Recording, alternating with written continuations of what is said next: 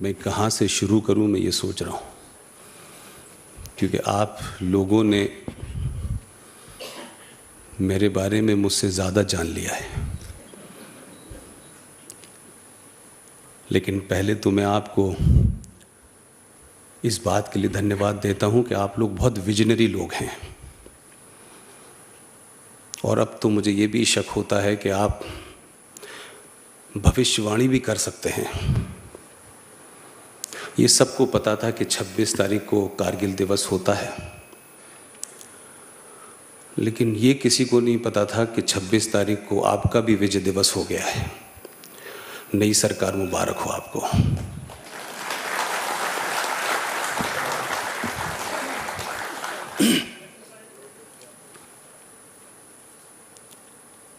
मैं अपनी बात शुरू करने से पहले आप सब लोगों से एक छोटी सी दरख्वास्त करना चाहता हूं कि आज की डेट में देश में बड़ा इंटेलेक्चुअल शब्द जिनके लिए गढ़ा गया था, आज उनको लगता है कि उनके अलावा भी कुछ नए इंटेलेक्चुअल पैदा हो गए। इसलिए संकट आ गया है कि उनके इंटेलेक्चुअलिटी को लोग चैलेंज कर रहे हैं। मेरी कोशिश है कि आप लोग, आपको देख के लगता तो नहीं है कि आप लोगों ने उन किताबों को नहीं पढ़ा होगा, लेकिन फिर भी मेरी कोशिश है कि उन किताबों को ज़रूर पढ़ें, क्योंकि उन किताबों को न आरएसएस ने लिखा है, न विश्व हिंदू परिषद ने लिखा है, न बजरंग दल ने लिखा है, बल्कि देश के बड़े विजनरी प्रधानमंत्री के निकटतम दोस्त और एक्सट्रीम लेफ्टिस्ट ने लिखा है। उस किताब को आप भी ज़रूर पढ़ें। उस किताब का नाम है India from Curzon to Nehru and after. Chapter 13, president and prime minister, page number 353, written by Dr. Durga Das, eminent journalist. He wrote this book in 1969. उस वक्त के प्रधानमंत्री के संबंध राष्ट्रपति डॉक्टर राजेंद्र प्रसाद से कैसे थे, क्या क्या उन्होंने करा, कैसे कैसे डेमोक्रेसी की बातें हुई, उस चैप्टर में आपको वर्ड बाय वर्ड मिल जाएगा। क्योंकि हमारे यहाँ किताबों के रेफरेंस से ये माना जाता है कि आदमी सच बोल रहा है। ऐसे एक देश के महान बहुत बड़े वकील हैं, एक पार्टी के बड़े लीडर हैं, उनके परिवार में उनके नाना देश के राष्ट्रपति रहे हैं, उनके पिताजी गवर्नर रहे हैं, मंत्री रहे हैं, और आपके राज्य के ही गवर्नर रहे हैं। उन्हीं के साहबजादे हैं, दिल्ली में हैं। उनका जन्म भी अलीगढ़ मुस्लिम विश्वविद्यालय में हुआ था। उन्होंने भी एक किताब लिखी है, India at home, the reinstatement of Indian Muslim. उसको भी आप पढ़ लेंगे तो देश के महान सेकुलर लीडरों के बारे में आपको अच्छी जानकारी मिलेगी।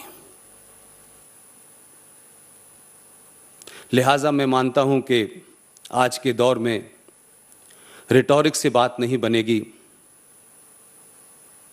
आपको इस राष्ट्र के सामने चुनौतियां बहुत सारी हैं, मैं उनकी भी बात करूंगा, लेकिन ये चुनौतियां जो हैं उसको काउंटर आपको अपनी मानसिक शक्ति से करना होगा, और उनको उन्हीं की जबान में, उन्हीं की ग्रामर में आपको जवाब देना होगा। ये मुमकिन नहीं है कि आप 5000 साल पुरानी सभ्यता, सनातन संस्कृति के वाहक, उस आदर्शवाद से आज के सामने जो भारत राष्ट्र के सामने चुनौती है उनका जवाब दे पाए। आपको अपने हथियार को भी बदलना होगा, अपनी सोच को भी बदलना होगा, अपनी अप्रोच को भी बदलना होगा। और अभी तो इस देश ने कुछ बदला ही नहीं है, बस हल्के से कोशिश की है बदलने की। तब देश में चिंताएं उठने लगी हैं, तब देश टूटने लगा है, तब इस देश में इंटॉलरेंस बढ़ने लगा है, तब इस देश में मॉब लिंचिंग की बात होने लगी है, तब इस देश के अंदर रेपिस्तान बनने लगा है। ये तमाम नैरेटिव, ये तमाम वो ताकतें हैं जिन्होंने 70 साल के अंदर सिर्फ आपसे सवाल पूछा है, और आप जवाब देते देते देते देते इतनी दूर तक आ गए कि वो आपके जवाब से न संतुष्ट हैं, न मुतमईन हैं, न सेटिस्फाई हैं। और सिर्फ आपने इतना ही किया है पिछले 10 साल में कि सवाल अब आपने पूछना शुरू कर दिया है। उसके कारण इस देश के अंदर बड़ी उथल पुथल है। लोगों को लगता है कि सवाल पूछने का अधिकार सिर्फ उनको था, जवाब देने का अधिकार सिर्फ आपको है। अब सिर्फ जो है कुर्सी के उस तरफ कौन बैठा है, इस पे चिंता बढ़ गई है। लिहाजा देश में हर किस्म के खतरे गिनाए जा रहे हैं। मैं अपनी बात शुरू करता हूं। बिस्मिल्लाहिर्रहमानिर्रहीम। आज के प्रोग्राम के मुंतजमीन प्रबुद्ध भारत, बेलगावी के लोग, इस प्रोग्राम के मुंतजमीन, मेहमान खुसूसी, मेहमान अजीज़ी, ख़वातीन व हज़रात, मेरे बुज़ुर्ग, मेरे हम उम्र और नौजवान साथियों, मैं नहीं जानता कि मैं देश में ऐसी क्या बात कह रहा हूं जो लोग मुझे सुनना चाहते हैं। और अगर आप मुझे न बुलाते तो शायद मुझे ये पता भी नहीं होता कि बेलगावी कोई जगह है। लेकिन यहां आने के बाद मुझे पता चला कि यहां के लोग सिर्फ सुनना ही नहीं चाहते बल्कि सुन चुके हैं मुझे। मैंने एक बात जरूर तय की जब मैंने ये तय किया कि जिस मकसद से मैं पत्रकारिता में आया था कोई 26 साल पहले, जो मेरा कन्विक्शन था उस वक्त, वो मुझे लगता था कि आज की पत्रकारिता में वो मैं पूरा नहीं कर सकता। ये बात अलग है कि मेरी तालीम और तरबियत, मेरी शिक्षा दीक्षा एक ऐसी जगह हिंदुस्तान में हुई है जहां से पाकिस्तान के बनने की थ्योरी जनक पैदा हुई। मैं उसी माशरे में पढ़ा लिखा, वो तमाम सारी चीज़ें पढ़ी लिखी जो एक आम हिंदुस्तानी नहीं पढ़ पाता। और ना ही मैंने कभी इस बात को सोचा कि जो मुझे पढ़ाया जा रहा है वो मेरे धर्म का है या नहीं है, क्योंकि मुझे शायद अपने धर्म का बोध भी नहीं था कि उस माशरे में हमारे परिवार की गिनती 1 या 2 थी। लिहाजा जो कुछ पढ़ा मैंने, जो किताब में लिखा है वो पढ़ा, जो किताब में लिखा नहीं है वो सुना मैंने। और उस पूरे जीवन में करीब 26-27 साल तक मैं वहां रहा। और ये महज इत्तफाक है कि मेरे जीवन का आखिरी असाइनमेंट पाकिस्तान के साथ 12 साल तक रहा। लिहाजा तब मुझे लगने लगा कि अगर देश को सच बताना है तो पॉलिटिकली इनकरेक्ट होना पड़ेगा। और हमारे यहां मुझसे बेहतर बात कहने वाले बहुत लोग होंगे, लेकिन जब जब मुझे किसी को सुनने का मौका मिलता है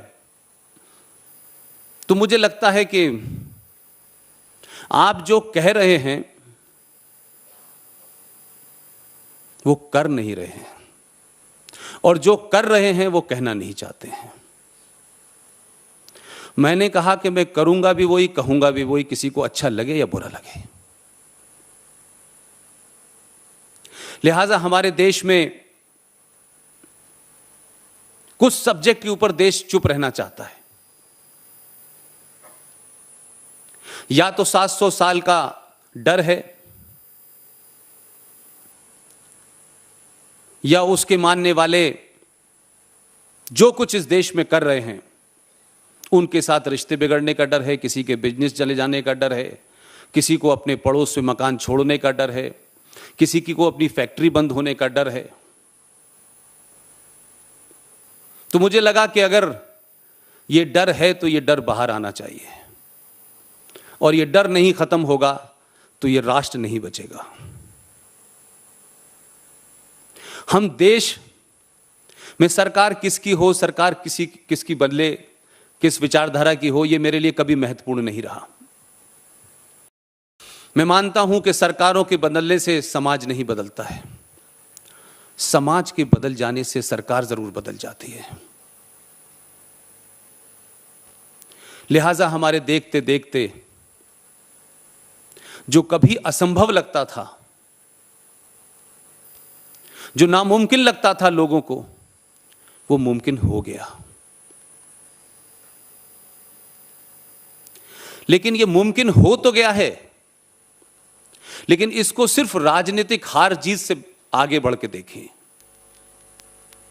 क्योंकि समाज ने तय किया सब सरकारें बनी, तब आपकी मर्जी की सरकार बनी। आपने तय किया कि कौन सरकार में बैठेगा और कौन नहीं बैठेगा। जब यह तय कर लिया आपने, तो सरकार में एक भी वो नहीं जीता जिसे आप जिताना नहीं चाहते थे, और जिसे जिताना चाहते थे उनका नाम भी आपको नहीं पता, लेकिन वो किसी सिंबल के साथ खड़ा था, जिस सिंबल के साथ आप खड़े थे वो जीत गया। नहीं पूछा किसी ने कौन ठाकुर है, कौन ब्राह्मण है, कौन यादव है, कौन दलित है। नहीं तो इस देश में राजनीति तो इसी के इर्द गिर्द होती है। मुझे इस बात का एहसास है, और शायद इसीलिए मैं 2014 हो या 2019 हो, मैं बार बार समाज के बीच में उन बातों को रखना चाहता हूं जिससे समाज डरता है। हमारे साथ में 10-15 लोग हैं देश के, जिनको आप सभी जानते होंगे। कुछ लोगों को आपके संगठन ने दावत भी दी, वो आपके यहाँ आए भी हैं, उन्होंने अपनी अपनी बात रखी है। लेकिन मैं 2 लोगों को, वो बुजुर्ग भी हैं और पत्रकारिता के जीवन में एक लंबा उनसे साथ रहा। मैं जो कुछ भी आज कर रहा हूं, रिटायर्ड रॉ के पूर्व डायरेक्टर कर्नल RSN सिंह और GD बख्शी के कारण यहां खड़ा हूं मैं। पता नहीं उनको मुझ में क्या नजर आया, और उन्होंने कहा कि इस विषय पे सिर्फ आप बोल सकते हैं और आपको बोलना है। और मुझे उन पे क्या यकीन हुआ कि मैंने अपनी बीवी तक की नहीं बात मानी, और मैंने सब चीजों से रिजाइन कर दिया। और जब बोलना शुरू किया था तो मुझे नहीं लगता था कि बोले लोग क्यों सुनेंगे, मैं कोई बहुत सेलिब्रिटी भी नहीं हूं, न मेरा कोई ऐसा बैकग्राउंड है, न कोई मेरे साथ बड़ा संगठन है। लेकिन 2 साल में मुझे एहसास हुआ कि अगर देश के सामने आप सच बात रखें, कन्विक्शन के साथ रखें, फैक्चुअल रखें, तो ये देश आपके साथ खड़ा हो जाता है।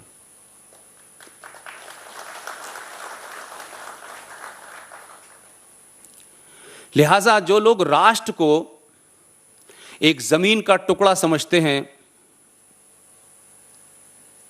उन्होंने ऐसे कई जमीन के टुकड़े इस भारत राष्ट्र में से पहले ही ले चुके हैं, लेकिन वो राष्ट्र नहीं बने। ये कहते तो हैं वो हम राष्ट्र हैं, लेकिन वो राष्ट्र नहीं है, वो जमीन के टुकड़े के मालिक जरूर हैं। भारत एक राष्ट्र है। राष्ट्र की परिभाषा में उसको आप बयान नहीं कर सकते हैं कि इस राष्ट्र में ये होगा, ये नहीं होगा। लिहाजा कुछ राष्ट्र पैदा हुए हैं, उनकी डेट तय है कि फला दिन वो पैदा हुए हैं। 14 अगस्त 1947 को पाकिस्तान बना,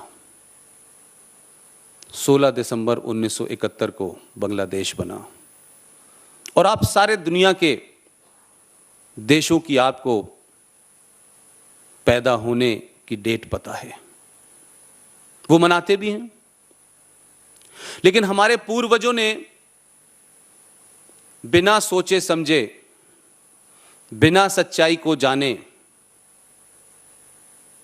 या अपने राजनीतिक स्वार्थों के चलते या अपनी तत्कालिक जरूरतों को पूरा करने के लिए भारत को कहा गया कि 15 अगस्त 1947 में भारत पैदा हुआ है।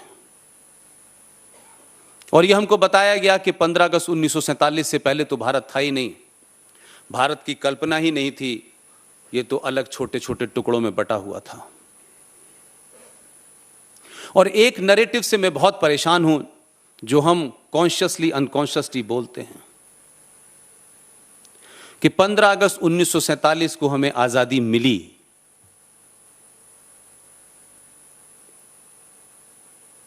भीख मिलती है, आजादी नहीं मिलती। हम ये कह ही नहीं पाए 70 साल में कि हमने 15 अगस्त 1947 को आजादी ली। इस लेने और मिली के बीच में बड़ा फर्क है। और भारत का कोई डॉक्यूमेंट, मेरे पत्रकारिता के 26 साल और आज तक की सारी रिसर्च ये कहती है कि कोई डॉक्यूमेंट भारत के गजट में नहीं लिखा हुआ, नेशनल आर्काइव में कोई डॉक्यूमेंट नहीं है जहां ये कोई कह दे कि 15 अगस्त 1947 को भारत को आजादी मिली। लेकिन कुछ लोगों को आजादी का राग बजाना था, बजाया। क्योंकि अगर हम ये कहेंगे तो उसमें फिर बहुत सच्चाई आएगी, फिर लोग सवाल पूछने लगेंगे। लिहाजा आपका देश 1947 15 अगस्त को 2 हिस्सों में बटा और आपको उस दिन ट्रांसफर ऑफ पावर हुआ। क्योंकि आपकी तथाकथित इस आजादी में जो नींव रखी गई वो साजिशों और षड्यंत्रों के ऊपर है। पूरे इतिहास को तोड़ मरोड़ के नहीं, बल्कि इतिहास को दबा दिया गया। और कुछ नैरेटिव को पूरे देश में खूब चलाया गया। लता मंगेशकर जी ने भी गाने गा दिए, दे दी हमें आजादी बिना खड़ग बिना ताल, अहिंसा परमो धर्मा, नॉन वायलेंस। ये तमाम सारी चीजें ऐसी गढ़ी गई कि मेरी कोई बहुत उम्र नहीं है ऐसी कि मुझे इतना एक्सपीरियंस हो, लेकिन मेरा अपना जो भी एनालिसिस है, मुझे लगा कि 70 साल में इस देश में कोई सुभाष चंद्र, कोई विवेकानंद या कोई वीर सावरकर बनने वाला क्यों नहीं होता पैदा। इस देश में बौने क्यों पैदा होते हैं।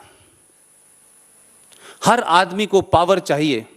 पावर के लिए वो धर्म का इस्तेमाल करेगा, जाति का इस्तेमाल करेगा, लैंग्वेज का इस्तेमाल करेगा, जाति जाति के बीच में भेद करेगा। उसे सिर्फ सत्ता चाहिए, उसे ये देश नहीं चाहिए। सत्ता किसी भी तरीके से मिल जाए, अपनों के साथ गद्दारी करके मिल जाए, देश के साथ गद्दारी करके मिल जाए, और यह सिलसिला लगातार चल रहा है। तब लगता है कि जो सच में उस वक्त भी अच्छे लोग थे जिन्होंने असर्ट किया, लेकिन वो बेचारे इतने महान लोग थे, इतने कद्दावर लोग थे। और बड़े लोगों की और कद्दावर लोगों की एक बड़ी वीकनेस भी होती है कि वो अक्सर बौने लोगों से हार इसलिए जाते हैं कि बौने लोग उनको अपने लेवल पे लाते हैं और फिर हरा देते हैं। तो उस वक्त भी बहुत सारे लोग थे, संविधान लिखते वक्त भी बहुत सारे लोग थे,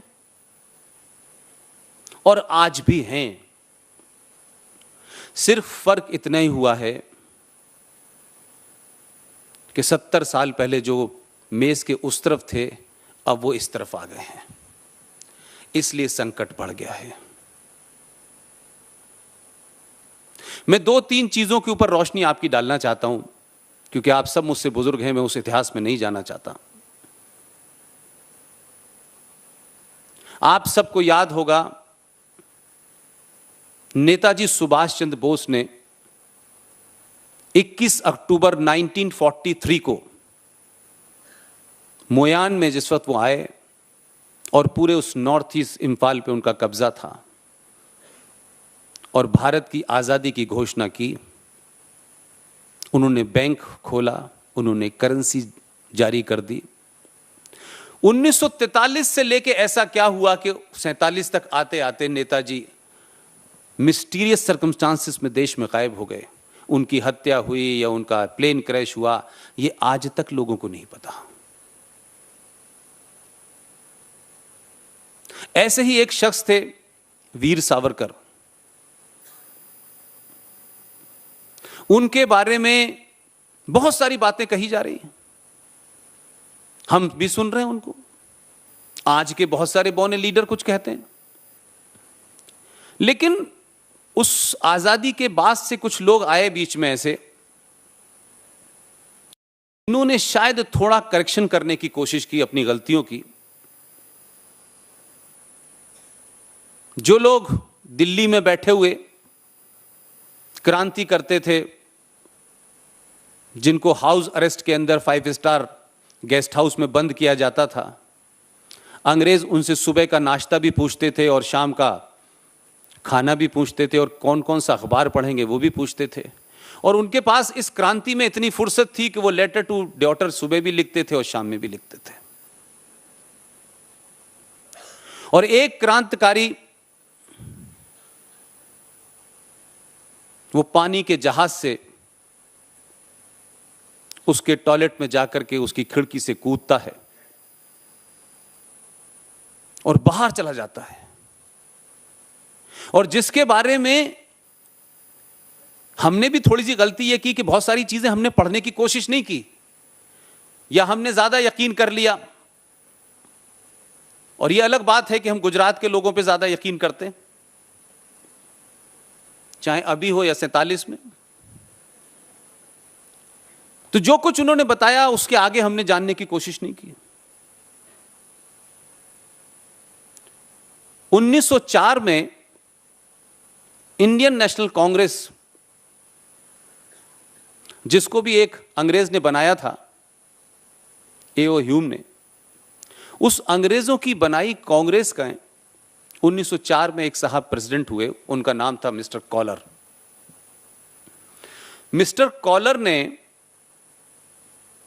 वीर सावरकर के बारे में क्या लिखा है यह नहीं बताया गया, हमने पढ़ा भी नहीं।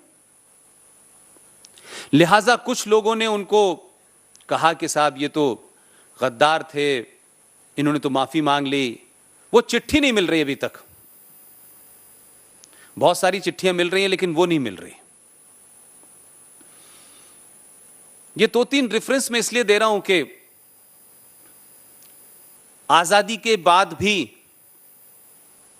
जिस इतिहास को हम 70 साल से पढ़ रहे हैं उसमें एक आध तो सच लिख देते भाई। और आपने इस दौर में 5 या 6 पीढ़ियों को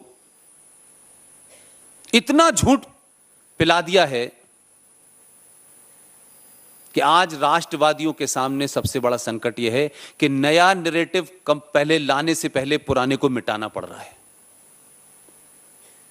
लेकिन ये आप सब लोगों की ताकत है देश भर में कि आप बहुत कुछ मिटाने में कामयाब हो गए हैं और अपना नैरेटिव खड़ा करने में भी आपको सफलता मिल रही है। 1980 में मैडम श्रीमती इंदिरा गांधी ने वीर सावरकर स्मारक को एक चिट्ठी भेजी है और उस चिट्ठी के साथ वीर सावरकर स्मारक को 11,000 रुपए का चेक अपने अकाउंट से भेजा है। और उस चिट्ठी में लिखा गया है कि वीर सावरकर जैसा महान इस मट्टी का सपूत कोई दूसरा नहीं हो सकता। अब सवाल यह है कि इंदिरा गांधी ने लिखा है, तो मुझे नहीं पता कि राजस्थान के मुख्यमंत्री जिन्होंने शपथ ली है कुछ दिन पहले ही, और शपथ लेने के बाद उन्होंने पहला काम यह किया, उन्होंने कहा कि सावरकर वीर नहीं थे, लिहाजा हम उनके नाम के आगे से वीर हटा देते हैं, क्योंकि वीर तो वो हैं खुद। उनकी वीरता तो पूरा देश देख रहा है, 10 जनपद की चप्पलों में पड़े हुए हैं। कहते हैं ऐसे महान, उनकी अब डेफिनेशन ही अलग है वीर होने की, तो वो सावरकर को कैसे वीर मानेंगे भाई। लेकिन मैं बार बार जो बात आपसे चाहता हूं, आज की जो जनरेशन है उसको सच बताइए। और जब हम पूरी दुनिया का यह नैरेटिव सुनते हैं कि 21वीं सदी भारत की होगी, और हमें यह सुन के बड़ा फख्र भी होता है, तो हमें यह भी याद रखना चाहिए कि सिर्फ कहने से नहीं होगी। आपको 21वीं सदी भारत की होगी, इसके लिए 20 साल पहले इक्विप्ड कर दिया गया था कि 70 साल के अंदर मुझे नहीं लगता कि आप में से कितने लोगों के विचार कभी किसी अखबार में लेटर टू एडिटर तक में आए हों, किसी टेलीविजन की डिबेट में आपकी बात रखी जाती हो, आप जिस सोच को समझते हैं उसके बारे में कोई चर्चा होती हो। लिहाजा जिन्होंने ये कहा कि 21वीं सदी भारत की होगी, उन्होंने 20 साल पहले आपको एक मोबाइल दिया था और कहा कि ये क्रांति सिर्फ आपके लिए है, और ये मोबाइल न होता तो राष्ट्रवादियों के विचार का आदान प्रदान इतनी दूर तक नहीं होता कि मैं बेलगावी आ जाता।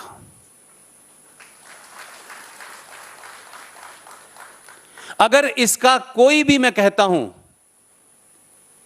राष्ट्र के लिए कोई सबसे बड़ा इस्तेमाल है, बाकी और चीजों के लिए है, करिए, लेकिन इसका इस्तेमाल सिर्फ अगर मैं समझता हूं आज के दौर में तो आपके लिए हुआ है। आप क्या सोचते हैं? आप उनसे जो आपको तुच्छ निगाह से देखते थे और समझते थे कि कुछ अंग्रेजी बोलने वाले लोग ही इस देश का नैरेटिव बनाएंगे, वो जो सोचते हैं वही महान क्रांतिकारी विचार रखते हैं, बाकी लोगों को विचार रखने का अधिकार नहीं है। आज आपके विचार पूरे दुनिया में जा रहे हैं और लोग आपके साथ खड़े हो रहे हैं, और दुनिया आपको जान रही है। इसीलिए पूरा यूरोप जो एक बीमारी से ग्रस्त है, जो 100 साल से किसी से लड़ा नहीं है, इसलिए वो उससे भी लड़ नहीं पा रहा है, और हमारे देश के लोगों ने या अल्ट्रा सेकुलरिज्म ने या राजनीति पे पहुंचने वाले बौने लोगों ने उसके बारे में जो नैरेटिव क्रिएट किया, उसमें हमने अपना धार्मिक भजन भी दांव पे लगा दिया। देश तो लगाया, हमने भजनों को भी सेकुलर बना दिया, लेकिन उसके बावजूद भी सेकुलरिज्म नहीं मिला हमको। एक भजन है जिसके बारे में देश में कम चर्चा होती है, लेकिन अब क्योंकि हमारे पिताजी थे वो, अब उन्होंने गाया है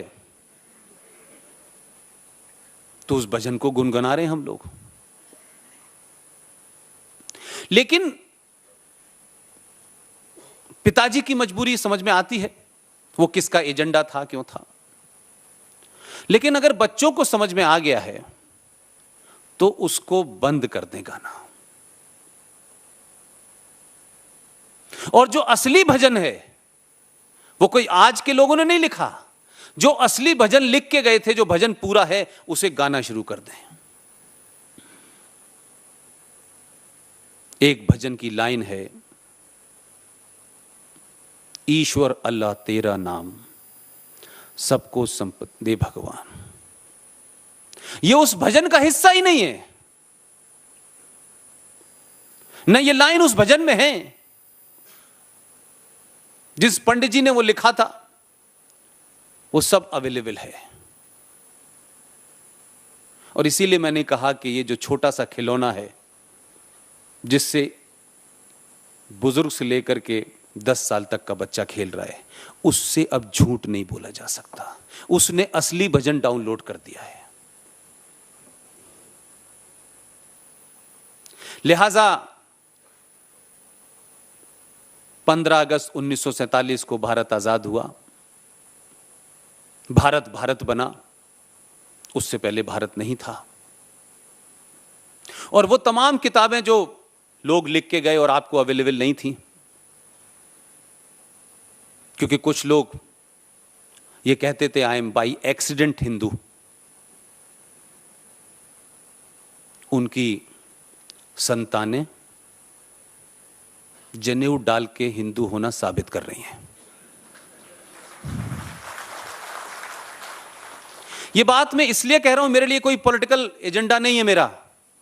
मेरा कोई कमेंट किसी इंडिविजुअल पे नहीं है। ये आपकी ताकत है, क्योंकि 70 साल तक आपको यह बताया गया कि आप गंवार लोग हैं, सपेरों वाले लोग हैं, जादू टोने वाले लोग हैं, जातियों में बटे हुए हैं। आपको तो 700 साल तक गुलाम रखा गया है, और उसके बीच के और आगे पीछे का इतिहास ही नहीं कोई बताता। और जिनका इतिहास नहीं है वो आपको इतिहास पढ़ा रहे हैं। यह मैं इसलिए कह रहा हूं कि जब आपने अपने 5000 साल, कम से कम जो लिखित की बात है, लोग कहते हैं उससे भी आगे है, 5000 साल पुरानी सभ्यता, जिस दिन आपको बोध हुआ, जिस दिन आपका पुरुषार्थ जगा, जिस दिन आपको अपने पूर्वजों पे सम्मान होने लगा, तो आपने 2014 पैदा कर दिया। यह सिर्फ आपके उस लंबे 700 साल की गुलामी से निकलने का एक हल्का सा प्रयास है। इसमें किसकी जीत हुई, किसकी जीत नहीं हुई, लेकिन इसमें जीत राष्ट्र की हुई।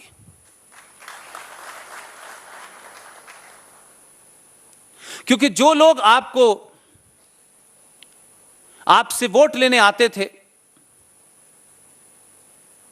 वही लोग मस्जिदों से फतवा लेने भी जाते थे। कुछ 2014 में लोगों ने फतवा लेने गए, लेकिन आपने बगैर फतवा जारी करे हुए, बिना किसी को बताए, इस छोटे से आले से एक फतवा जारी किया कि 2014 पैदा हो गया। और जब लोगों को यह लगा कि यह तो बाई चांस और बाई एक्सीडेंट हो सकता है, झूठ बोल के भी कोई आ सकता है, लोग कंफ्यूजन में ऐसा कर सकते हैं। मैं ये बात अपनी सिर्फ इसलिए कह रहा हूं कि हमारे यहां लार्जली इलेक्शन एक ऐसा पर्व होता है जिसमें देश की राय जानी जाती है, जिसमें ज्यादातर लोगों का पार्टिसिपेशन होता है। तो जब लोगों ने आपको यह चढ़ाना शुरू किया कि ईवीएम हैक कर ली है, अमेरिका से हो रही है, भारत के अंदर लोगों को खरीदा जा रहा है, तो आपके गुस्से का नतीजा यह हुआ कि पहली बार आपने पॉलिटिकली करेक्ट होने का नहीं सोचा। आपने कहा जो ये कहते हैं कि ईवीएम हैक कर ली है, तो आपने उनसे पूछा, भाई 1948 में जब इंटरिम सरकार बन रही थी तो देश के 14 राज्यों से प्रधानमंत्री के लिए राय मांगी गई थी, तो एक साहब को 14 वोट मिले, एक साहब को 0 वोट मिला। तो ईवीएम तो आपने तभी हैक कर ली थी कि जिसको 14 मिले वो तो बेचारा प्राइम मिनिस्टर बना नहीं, जिसको 0 मिला बन गया। यह बात अलग था कि आपके हैकिंग का अंदाज अलग था, क्योंकि आपने ईवीएम के नाम के आगे बापू को खड़ा कर दिया था, क्योंकि बापू ही एक काम कर सकते थे कि अंबेडकर से मतभेद हुआ उनका, अंबेडकर किसी बात पे अड़ गए तो बापू को आगे कर दिया गया। बापू के पास एक ही हथियार था, उसका उन्होंने बड़ा अच्छा इस्तेमाल किया। जवाब नहीं दिया अंबेडकर का। अंबेडकर से बोले तुम अपनी बात वापस ले लो, नहीं मैं धरने पे बैठ जाऊंगा। उसकी परंपरा दिल्ली में आज भी है, कुछ लोग कहीं भी बैठ जाते हैं।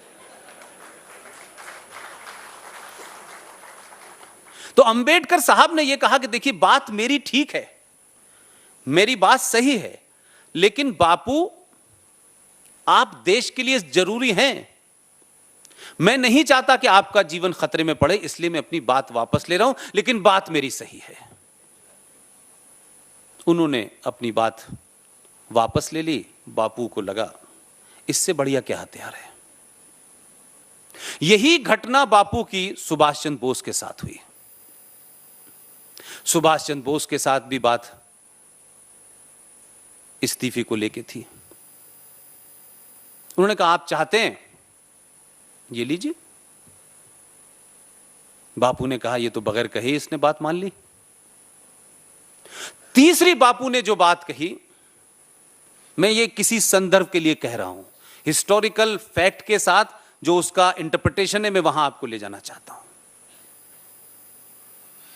जब पटेल को 14 वोट मिले तो बापू के सामने कोई सवाल नहीं था, तो बापू ने एक नए किस्म का हैकिंग की और बोले कि पटेल की हार तो मेरी हार है।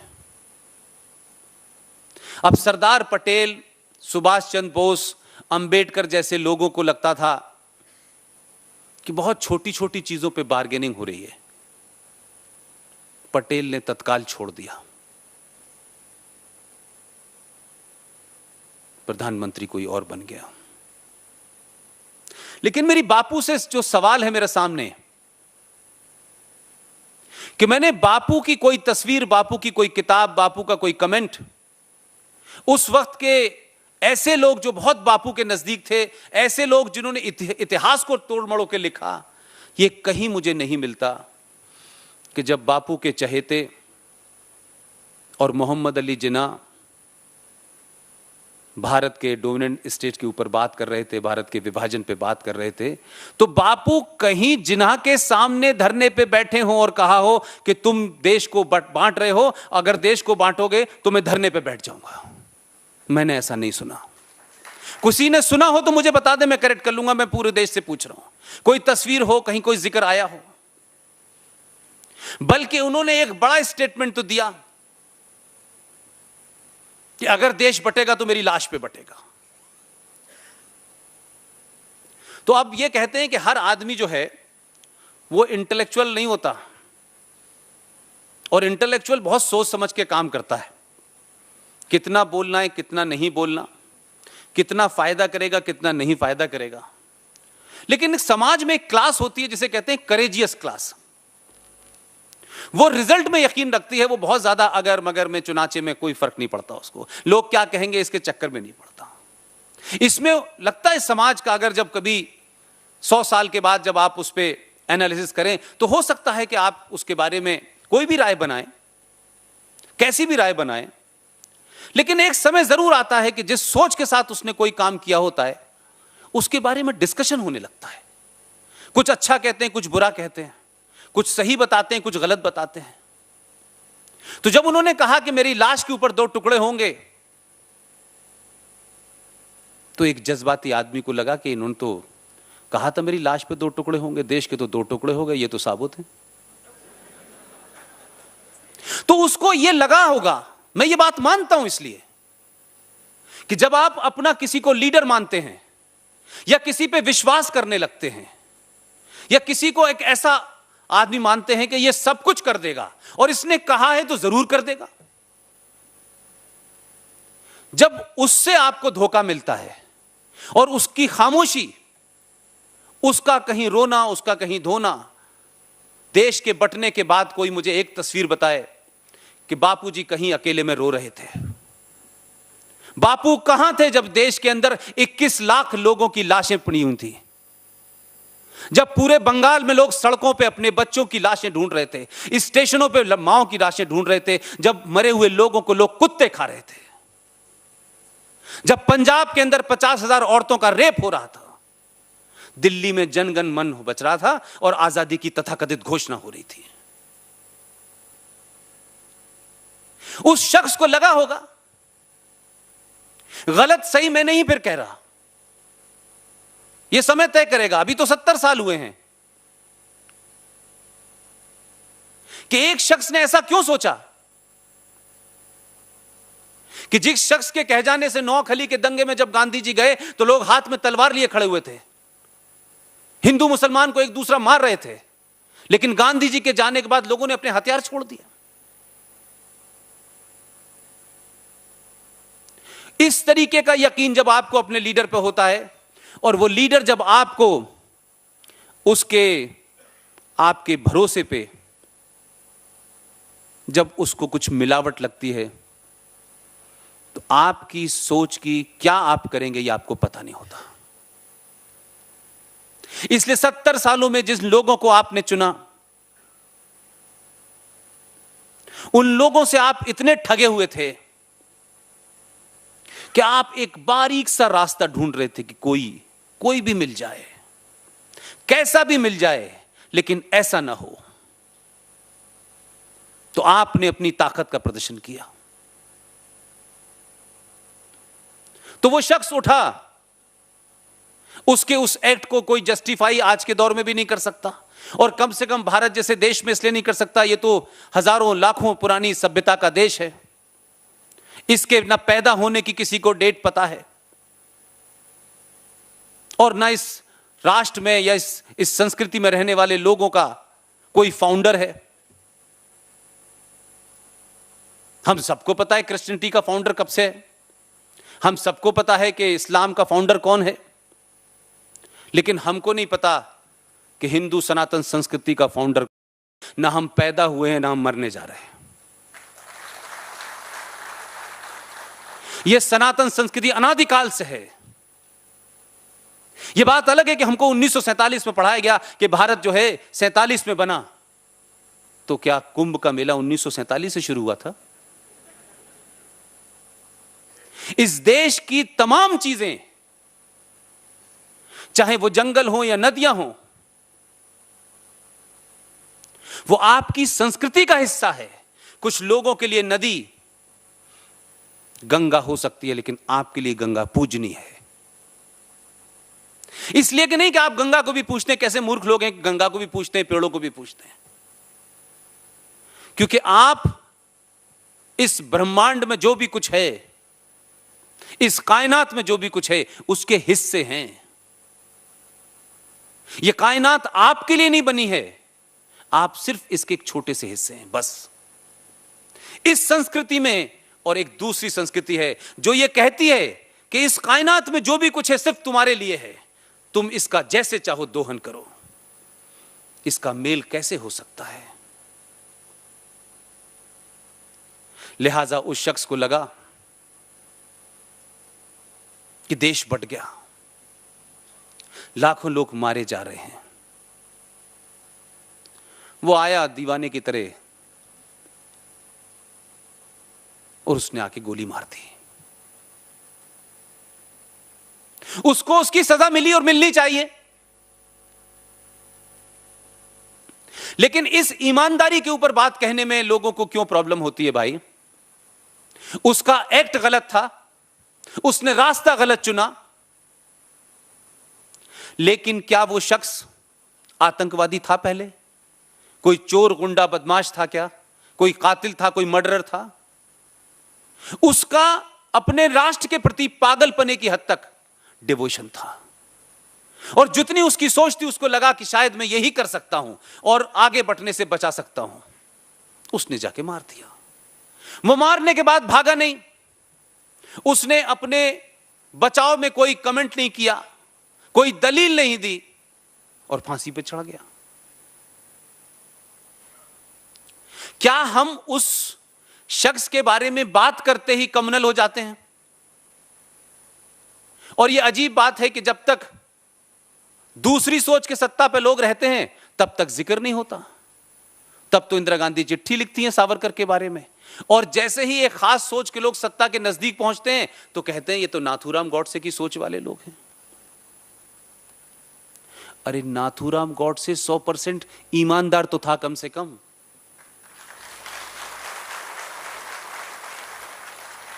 उस पर डिबेट कर सकते हैं आप, पूरा स्पेस है आपके पास डिबेट कर, और 70 साल से डिबेट हो रही है। लेकिन इस पक्ष पे डिबेट क्यों नहीं हो रही है भाई?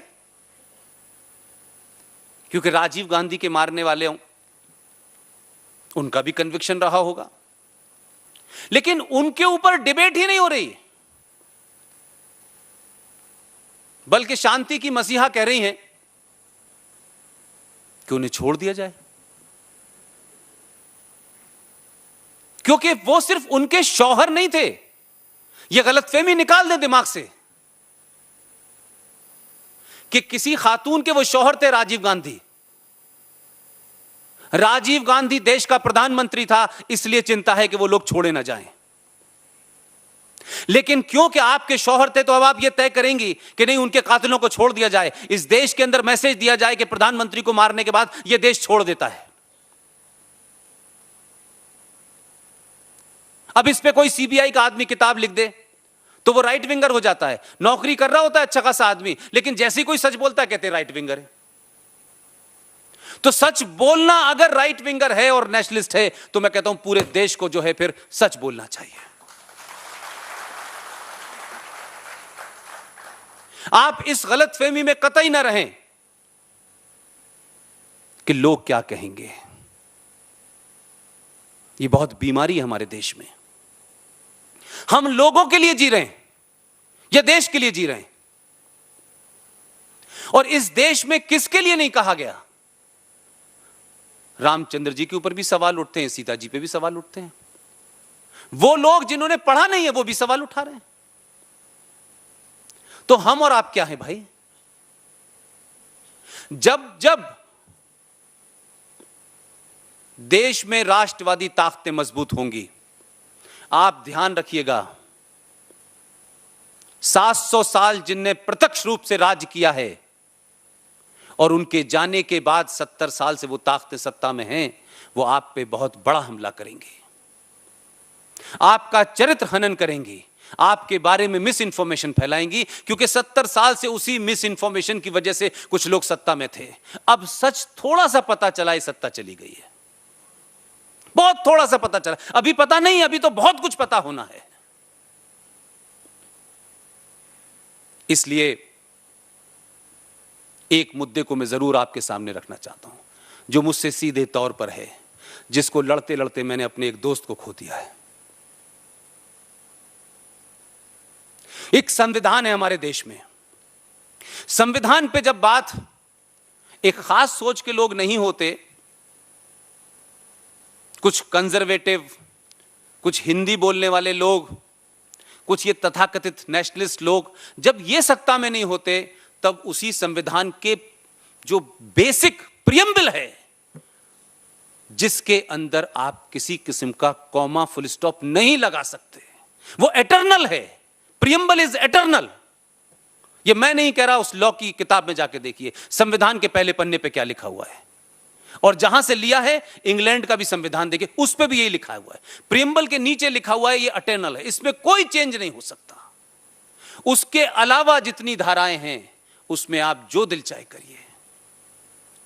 जिन लोगों ने उसके प्रियम्बल में चेंज कर दिया, 100 से ज्यादा अमेंडमेंट कर दिए, वो लोग जब संविधान की दुहाई देते हैं, मैं उन्हीं से पूछना चाहता था। और यह लड़ाई कोई मेरी लड़ाई, मेरे साथियों की नहीं है। यह देश के सामने एक ऐसा जघन्य अपराध था जो ब्रॉड डे लाइट इस देश के संविधान में किया गया, पूरी ईमानदारी के साथ किया गया, और ईमानदारी के साथ उसको छुपाया गया। और 70 साल से मैंने इतने सारे संगठन देखे हर प्रकार की सरकारें आ गईं और कश्मीर का एक विशेष लगाव है। कश्मीर के बारे में बहुत चर्चाएं मैंने सुनी। 370 तो बहुत घुमाया गया पिछले 70 सालों से, लेकिन जो असली जड़ थी उस पर सब मौन रहे। इसलिए मैंने कहा राजनीतिक दलों की अपनी मजबूरियां हो सकती हैं, लेकिन समाज की कोई मजबूरी नहीं होती। 14 मई 1954 को भारत के संविधान में एक जघन्य अपराध किया गया और शेख अब्दुल्ला से जायज और नाजायज संबंधों के चलते विजनरी प्रधानमंत्री ने उस वक्त के राष्ट्रपति डॉक्टर राजेंद्र प्रसाद पर दबाव बनाया और एक आदेश दिलवाया। और उस आदेश में कहा गया, जिस आदेश का नाम है आर्टिकल 35A, उसके बारे में कभी संसद के किसी सदन में न तो चर्चा हुई न उसका जिक्र किया गया। और झूठ की पराकाष्ठा यह है कि 26 जनवरी 1950 को आपका संविधान बन चुका था। यह तथाकथित राष्ट्रपति का आदेश भारत के संविधान में 14 मई 1954 को जोड़ा गया। और चोरी देखिए, जो आज सफेदपोश लोग हैं जो बताते हैं कि उन्होंने इस देश के साथ बड़ा महान किया है, वो जब बोलते हैं तो सच ही बोलते हैं, क्योंकि वो अंग्रेजी में स्पीच देते हैं, इसलिए विजनरी हैं। मैं इन बातों से इंप्रेस नहीं होता। 14 मई 1954 को जिस संविधान के अंदर ये जोड़ा गया, उससे 5 बार की जो हर साल कॉपी निकलती है संविधान की, उन कॉपियों में उसको गायब कर दिया गया, क्योंकि उस वक्त वो लोग थे जो उस पर सवाल उठा रहे थे। और उसके बाद 5वें एडिशन के बाद आपने फिर किसी में 35A को जोड़ा, फिर किसी तीसरे में जोड़ा, ऐसे करके अलग अलग करते रहे आप। और जिससे संबंधित था, जिस राज्य के लिए ये स्पेशल पावर और राइट दिए गए थे, उस राज्य के सिलसिले में जहां 370 लिखा था, वहां नहीं लिखा, उससे कहीं आगे जाके लिखा। और पूरे देश में इस पे चुप्पी थी, पूरा देश चुप था इसके ऊपर। कश्मीर की समस्या, कश्मीर प्रॉब्लम, कश्मीर में ये, कश्मीर में वो, पूरा दुनिया जो है कश्मीर की तरफ देख रही है। और अब तो आप समझते हैं कि कश्मीर हमारे देश में सब जगह चर्चा का विषय बना हुआ है, क्योंकि वहां अल्ट्रा राष्ट्रवादी लोगों ने पिछले 70 साल से उपद्रव मचा रखा है। आर्टिकल 35A, जिसको आर्टिकल भी नहीं माना जा सकता, मैं और हमारे 2-3 दोस्तों ने एक संस्था बनाई और उसको हमने सुप्रीम कोर्ट में, आप ही के राज्य के एक बड़े प्रबुद्ध नेशनलिस्ट वकील साहब हैं, उनके पास हम मिन्नत करने गए। और शायद हमारी इतनी हैसियत भी नहीं थी कि हम उनसे बात भी कर पाते। उनका स्टेचर भी इतना बड़ा था और शायद हम उनको जो बात करने की फीस होती, शायद वो भी हम नहीं दे सकते थे। लेकिन हैं इस देश में ऐसे लोग जो आपकी ऐसे लोगों की बात भी सुन लेते हैं। हमने कहा सिर्फ हमको 2 मिनट दे दीजिए, हम अपनी बात कहना चाहते हैं, हमारा कोई पर्सनल मुकदमा नहीं है। 2 मिनट में वो बात समझ गए और कहा आप लोग जाइए। 6 महीने के बाद 19 अगस्त 2014 को सुप्रीम कोर्ट में हमने आर्टिकल 35A को चैलेंज किया। और जब चैलेंज किया तब पता चला कि हमने ये कोई छोटा मोटा काम नहीं किया है, इसमें बड़ा खतरा है। आखिर चुप्पी क्यों साधी हुई थी इसके ऊपर, वो हमें उस दिन एहसास हुआ जब हमारा साथी हमारे बीच में से चला गया। यह आर्टिकल 35A जम्मू कश्मीर में और जम्मू कश्मीर राज्य को रिपब्लिक सेकुलर भारत के अंदर 2 नेशन थ्योरी को जन्म देता है। कश्मीर को इस्लामिक स्टेट बनाता है। कश्मीर के अंदर भारत के तमाम दुनिया के किसी भी हिस्से में भारत के लोग जो पैदा हुए हों, किसी कोने में हो, किसी धर्म के हो, किसी जात के हो, किसी भाषा के हो, उनको जम्मू कश्मीर में अलग से नागरिकता लेनी होगी। उनका अलग एक संविधान है। उस संविधान में हजारों ऐसी धाराएं हैं जो एंटी हिंदू और एंटी इंडिया हैं, लेकिन वो पिछले 70 साल से गवर्न हो रहा है। हर प्रकार की सरकार आ रही है, हर प्रकार की सरकार जा रही है, लेकिन कोई ये नहीं कह रहा है कि असली प्रॉब्लम कहां है। जड़ में मट्ठा डालने की जगह हम पेड़ों के पत्तों पे पानी डाल रहे हैं।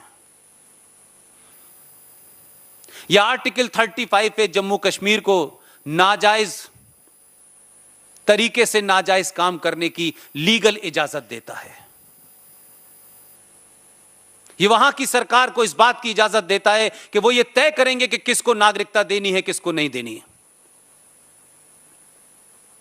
यही आर्टिकल 35A की वजह से हिंदुस्तान का नागरिक, जो भारत के संविधान में आपको आजादी देता है कि आप भारत के किसी कोने में जो भारत का हिस्सा है, और कम से कम एक ही हिस्सा है जिसे हम सुबह शाम रटते हैं, अभिन्न अंग है, अभिन्न अंग है। कभी बिहार के बारे में सुना आपने? कभी कर्नाटक के बारे में सुना कि अभिन्न अंग है? लेकिन इसके साथ विशेष दर्जा लगा हुआ है कि अभिन्न अंग है, उसके बावजूद भी आप वहां जाके नहीं बस सकते हैं।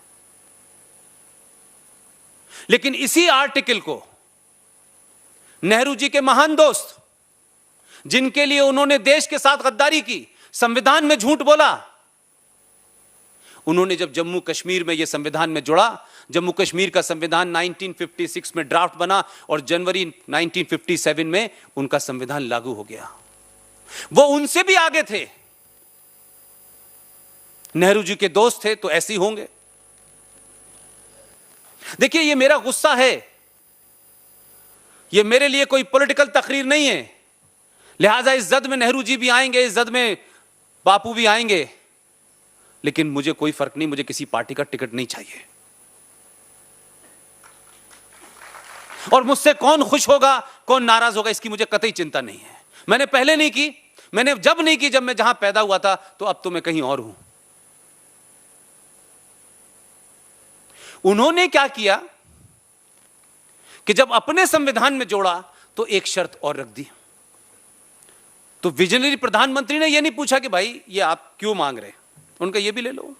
उनकी शर्त क्या थी कि हम 14 मई 1954 में जिस तथाकथित राष्ट्रपति के आदेश को एक संविधान का हिस्सा बना रहे हैं, लेकिन हम जम्मू कश्मीर के संविधान में इसको लागू रखेंगे, लेकिन इसके लागू करने की डेट 1944 से शुरू करेंगे। ये नहीं पूछा किसी ने भाई कि भाई 1944 ही क्यों थी, 632 रख लेते हैं, पूरी तमन्ना पूरी हो जाती है। उसमें अबू बकर से लेके अली वली सब आ जाते हैं, सबको नागरिकता देते हैं। लेकिन यह सच बात है कि किसी ने पूछा नहीं, और हमारे राष्ट्र में, देश में लोगों को फुर्सत नहीं थी। जब आपको बड़े मकान और बड़ी गाड़ी खरीदने की फुर्सत थी, तब लोग इस देश के संस्थानों को दीमक की तरह खा रहे थे। और जब आपको होश आया है, तो आपको 1 नहीं, 2 नहीं, 3 नहीं, कम से कम अगले 50 साल तक इस स्थिति को बरकरार रखना होगा। तब यह दीमक से जिनको चाट गई है, तब जाके ठीक होगा। 1-2 बार से बटन दबाने से काम नहीं चलेगा।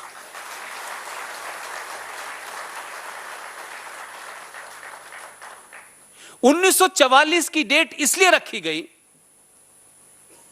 और यह बात मैं पूरे होशो हवास में, पूरे कन्विक्शन के साथ कहता हूं कि जब हम आज बात करते हैं कश्मीर को लेकर के, तो हमारे यहां एक नैरेटिव दिया गया जो टोटली फ्रॉड था। वो पॉलिटिकली कुछ लोगों को सूट कर सकता हो, क्योंकि हमारे यहां राजनीति में नए नए प्रधानमंत्री जो आते हैं, वो एक नया एक्सपेरिमेंट करते हैं। वो हर बार उसी बात को दोहराते हैं और एक नए तरीके से दोहराते हैं। मेरे 12 साल के जीवन में मैंने जितना हंसी का पात्र वहां बना हूं, वो अपने यहां की मूर्खता के कारण बनता हूं, और शायद वो यही समझते हैं आपको भी। एक प्रधानमंत्री आए, उन्होंने कहा भाई हम ये क्या कर रहे हैं भाई, हमें हथियारों की जरूरत ही नहीं, हमारे पास तो डंडा है, क्या करना है हथियारों की। तो 62 हो गया। जब पिट गए तब समझ में आया। एक प्रधानमंत्री आए, उन्होंने कहा अरे हम ये जासूसी वासूसी क्यों करते हैं भाई, हम तो शांति प्रिय लोग हैं। हमारा एक संगठन जिसमें RSN सिंह साहब काम करते थे, उस संगठन के बहादुर लोगों ने आपके पड़ोसी मुल्क में जिस जगह बम, न्यूक्लियर बम के लिए जो फ्यूजन बनाया जाता है, वहां 3 आदमी आपके प्लांट थे, नाई की दुकान बना ली थी उन्होंने। अब इस तक पहुंचने के लिए कितनी मेहनत करनी होगी। उस प्लांट में जो लोग काम करते थे उनको बाहर जाने की इजाजत नहीं थी, सब कुछ वहीं रखा था। यह बात अलग है कि 3 आदमी आपकी वहां नाई की दुकान खोलने में कामयाब हो गए थे। बाल काटने से पता चला कि उन बालों में किस चीज के रेशे हैं। उन रेशों को भेज करके बता दिया कि जो बम धमाकों के लिए फ्यूजन बन रहा है वो यहां बन रहा है, कठुआ में। प्रधानमंत्री को बताया गया, उन्होंने फोन करके कहा, भाई आप बम क्यों बना रहे हैं? तीनों मार दिए गए। एक प्रधानमंत्री आए, वो भी पाकिस्तान से माइग्रेट हुए थे। उन्होंने ऑफिशियली जो भारत की खुफिया एजेंसी है उस डीप स्टेट को ऑफिशियली खत्म किया। उनका नाम था आई.के. गुजराल। फिर एक और आए। हमारे यहां कंसिस्टेंसी नहीं है। हम अपने 5000 साल पुराने इतिहास से और 700 साल की गुलामी के दरमियान में क्या हुआ है इसको सीखना ही नहीं चाहते। हर आदमी आता है सत्ता पे बैठते, उसको लगता है कि नहीं, आई एम ए स्टेटमैन, मुझे कुछ नया करना है, दुनिया मेरी वाह वाह करे। इस वाह वाह के चक्कर में यह देश बर्बाद हुआ है। एक प्रधानमंत्री हमारे बस लेके गए, हम बस लेके जा रहे थे, वो पैदल आ गए कारगिल में। और हमने एक जर्नल को, जिसका पूरी दुनिया में उजागर हो गया, उसको राष्ट्रपति बनवा दिया। खैर बस डिप्लोमेसी हुई, वो भी खत्म हो गई बात। एक ऐसे बने कि आए तो पाकिस्तान से थे, प्रधानमंत्री भारत के बने, लेकिन 10 साल में उधर जा नहीं पाए बेचारे। नहीं, वो भी कोई करिश्मा कर देते। लेकिन मैं ये मूर्खता इसलिए बता रहा हूं कि आप लोगों ने भारत को पढ़ा है, मैंने 12 साल उनको पढ़ा है।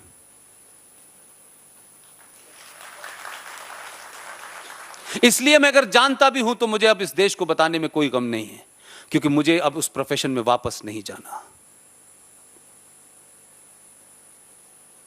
आपको नहीं पता कि कारगिल के बाद एक बड़ा दुखद घटना घटी है, जिस कारगिल युद्ध की हम चर्चा कर रहे हैं। और यह आपके यहां तो नहीं बताया जाएगा, वहां बताया गया। गोल्डन लेटर्स में है, मिनट टू मिनट बताया गया। आप सबको याद होगा, ये तो अभी चंद साल पुरानी घटना है कि कारगिल युद्ध में परवेज मुशर्रफ का जो मैसेज था वो आपके महान सपूतों ने टेप कर लिया था। कितने बजे क्या बोला, क्या कहा, सारी वो रिकॉर्डिंग थी। क्योंकि हमारी समस्या यह है कि हम ये मानते हैं कि जितने महान संस्कृति के लोग हम हैं, जितने आदर्शवादी हम हैं, उतने ही दूसरे लोग होंगे। और इसी गलत फहमी में हम 700 साल से गुलाम हैं और आजादी के बाद भी गुलाम हैं। आप आदर्शवादी हैं, रहिए, आपकी संस्कृति आदर्शवादी थी, उस पर गर्व कीजिए। लेकिन वर्तमान में समाज आदर्शवादी नहीं है। समाज जिस किस्म का है उसी हथियार से लड़ाई लड़ी जाएगी, नहीं आप मार खाते रहेंगे। वो लोगों ने कहा कि देखिए साहब, वो पूरे देश में पता है, आपके उस वक्त के प्रधानमंत्री से लेकर के एक एनएसए थे, बहुत महान एनएसए, उनकी बड़ी चर्चा होती है। और हमारे यहां एक और बड़ी प्रॉब्लम है सर, जो मैंने पास से देखा है, मैं उसका जिक्र कर रहा हूं, बाकी आप लोग मुझसे बड़े हैं, कह सकते हैं कि किसी भी आदमी में, निजी तौर पे छोड़ दीजिए, अगर उसको राष्ट्र के नाम पे भी कुछ पता चल जाता है, तब भी वो अपने संबंधों के खराब होने और उस बात को कहने से या तो कतरा जाता है या खामोश हो जाता है। और हम सब वही गुणगान करने लगते हैं। जब वो चला जाता है तब हम उसके बारे में कहते हैं। ये मैं समझता हूं सबसे बड़ी कायरता। वो जिंदा हो तो उसके मुंह पे कहो, ताकि उसे मरने में तकलीफ हो। जिस चीज की मैं बात कर रहा हूं, जिस रिकॉर्डिंग की मैं बात कर रहा हूं, वो रिकॉर्डिंग आपके लोगों ने, देश की खुफिया एजेंसी ने पूरी दे दी। हमारे यहां के महान नेताओं ने अपनी अंतर्राष्ट्रीय छवि, शांति के दूत, फोन करके कहा कि देखिए साहब, हम आपको इसकी कॉपी भेज रहे हैं और इन लोगों को सजा दीजिए। जब उस मुल्क में जहां सजा देने वाली क्राइम करते हैं, उससे कह रहे हैं कि आप सजा दीजिए। हां, उन्होंने सजा दे दी, क्योंकि आपको ज्ञान जिस चीज का नहीं है उसमें भी आप एक्सपर्ट हैं। मैं दो चीजों पे बार बार फोकस करता हूं और दुनिया से सीखिए। कुछ चीजें आदमी के बदलने से नहीं बदली जानी चाहिए, वो राष्ट्र की एक पॉलिसी होती है। आज कोई समाजवादी आ गया, उसने देश की फॉरेन पॉलिसी बदल दी। आज कोई वामपंथी आ गया, उसने अपनी पॉलिसी बदल दी। आपकी डिफेंस पॉलिसी और फॉरेन पॉलिसी कंसिस्टेंट नहीं है। और अगर कोई गलती आपने कर भी ली है तो भी उसको आप सुधारना नहीं चाहते। लिहाजा इतने एक्सपेरिमेंट करने के बाद वो कैसेट गया, राष्ट्रपति के दरबार में 7 पाकिस्तानियों का उसी रात कत्ल कर दिया गया। सब आर्मी के ऑफिसर थे और एक खबर नहीं दी। सारे फैमिलीज को कंफाइन कर दिया गया। यह खबर देश से बाहर ना निकले। आपके लोगों ने राष्ट्रपति भवन पाकिस्तान में पैठ बना ली थी। वो 7 पाकिस्तानी भारत के लिए खुफिया एजेंसी की खबर दे रहे थे। कुछ निकला नहीं, आप महान नहीं बने, लेकिन यह महानता का भूत जो है हमको सवार है। उस मुल्क को आप कुछ भी कहिए, अच्छा कहिए, बुरा कहिए, लेकिन 4 राज्यों का मुल्क, उत्तर प्रदेश के बराबर की जनसंख्या,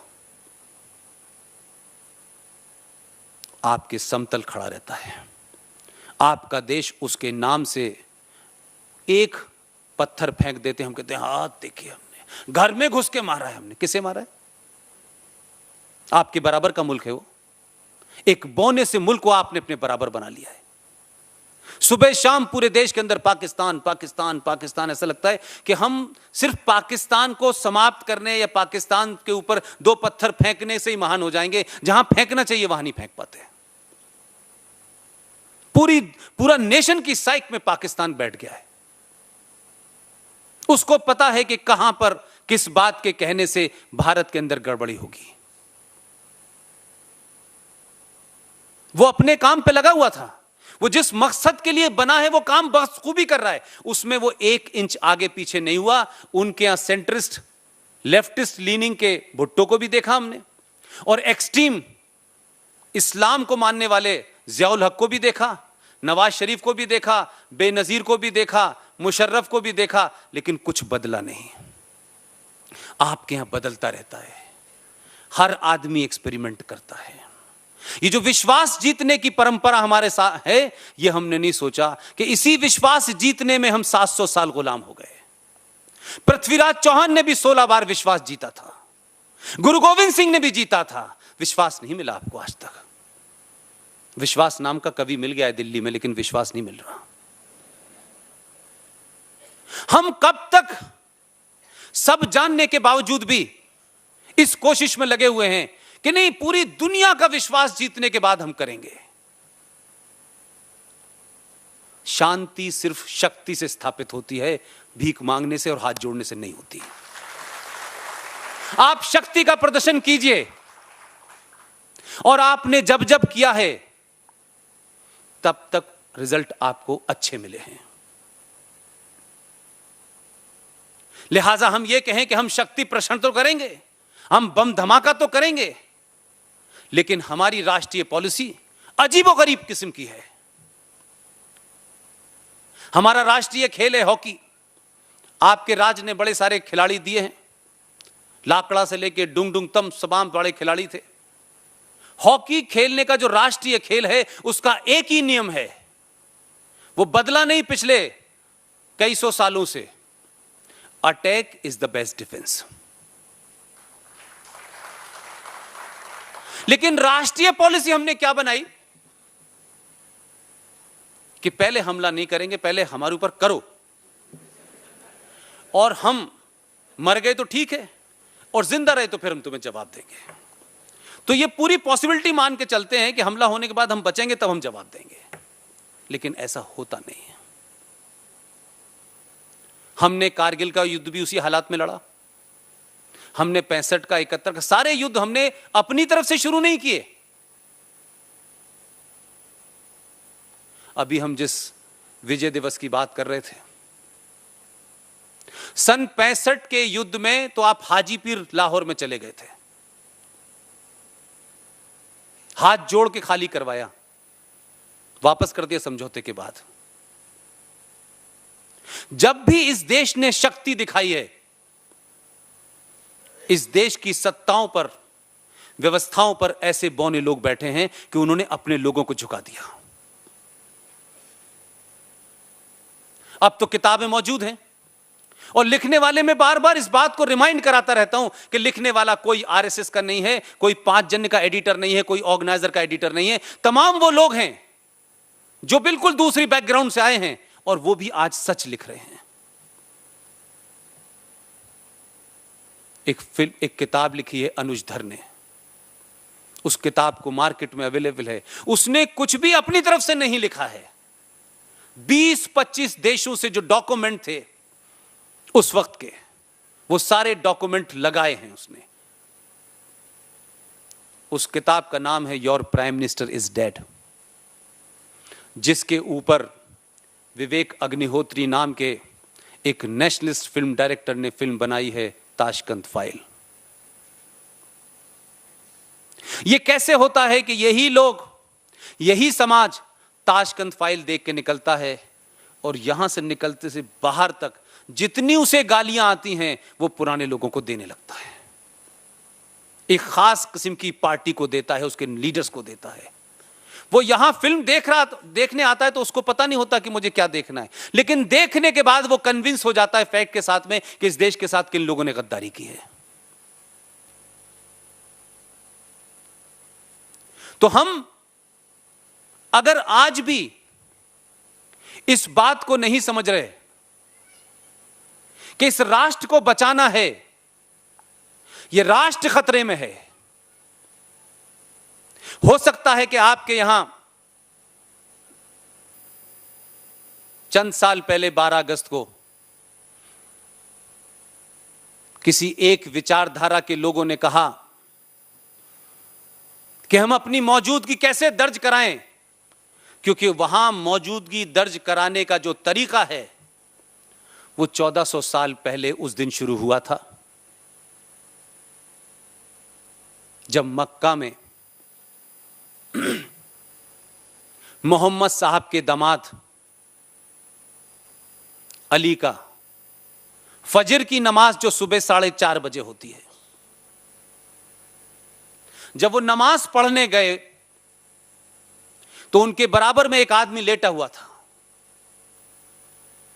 तो अली ने उनसे पूछा क्या आपकी तबीयत खराब है, क्योंकि वो बिल्कुल दंडवत लेता हुआ था, जो नमाज पढ़ने का तरीका नहीं है।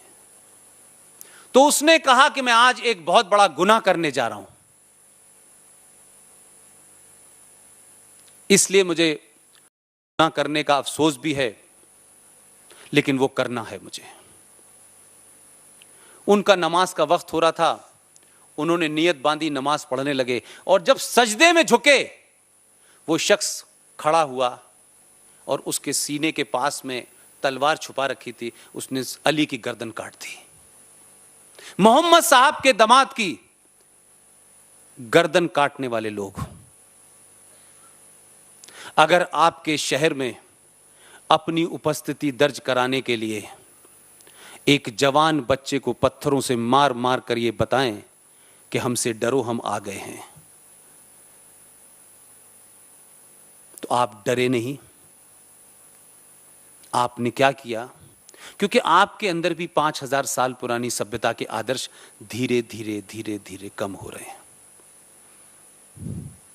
आप डरे नहीं, आपने पहले पॉलिटिकल स्कोर बराबर किया।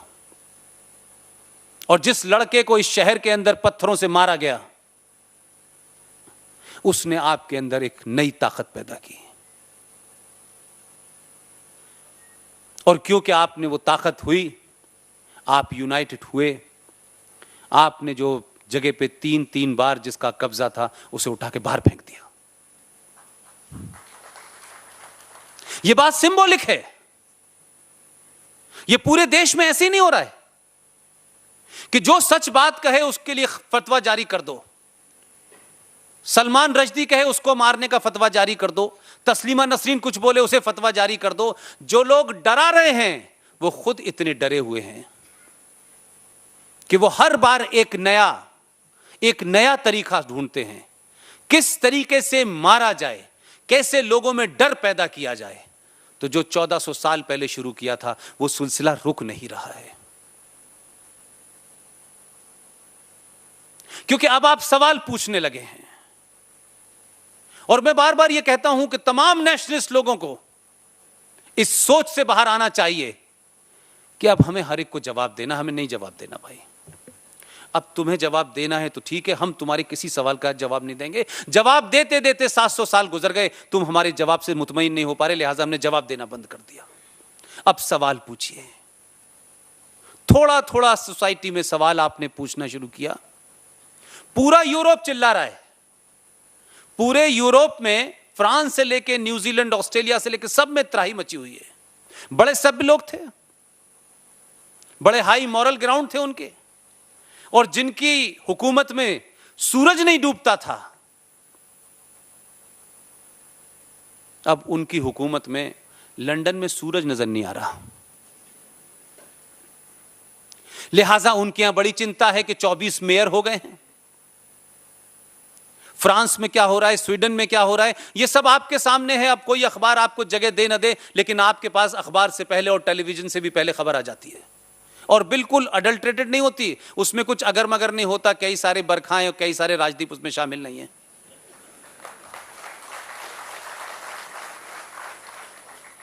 लिहाजा वो लोग अब आपसे क्या उम्मीद कर रहे हैं? क्योंकि आपने सिर्फ थोड़ा सा नैरेटिव बदला है और सवाल पूछा है। और आपने सवाल पूछना शुरू किया तो पूरा यूरोप कह रहा है। आप विदेशी अखबार पढ़िए। 12 साल मैंने बड़े अखबार पढ़े, अभी भी पढ़ लेता हूं, अब समय कम मिल रहा है।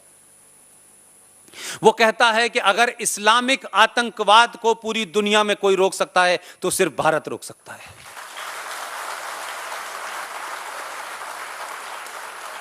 यह बदलाव क्यों है? यूरोपियन समझदार लोग हैं,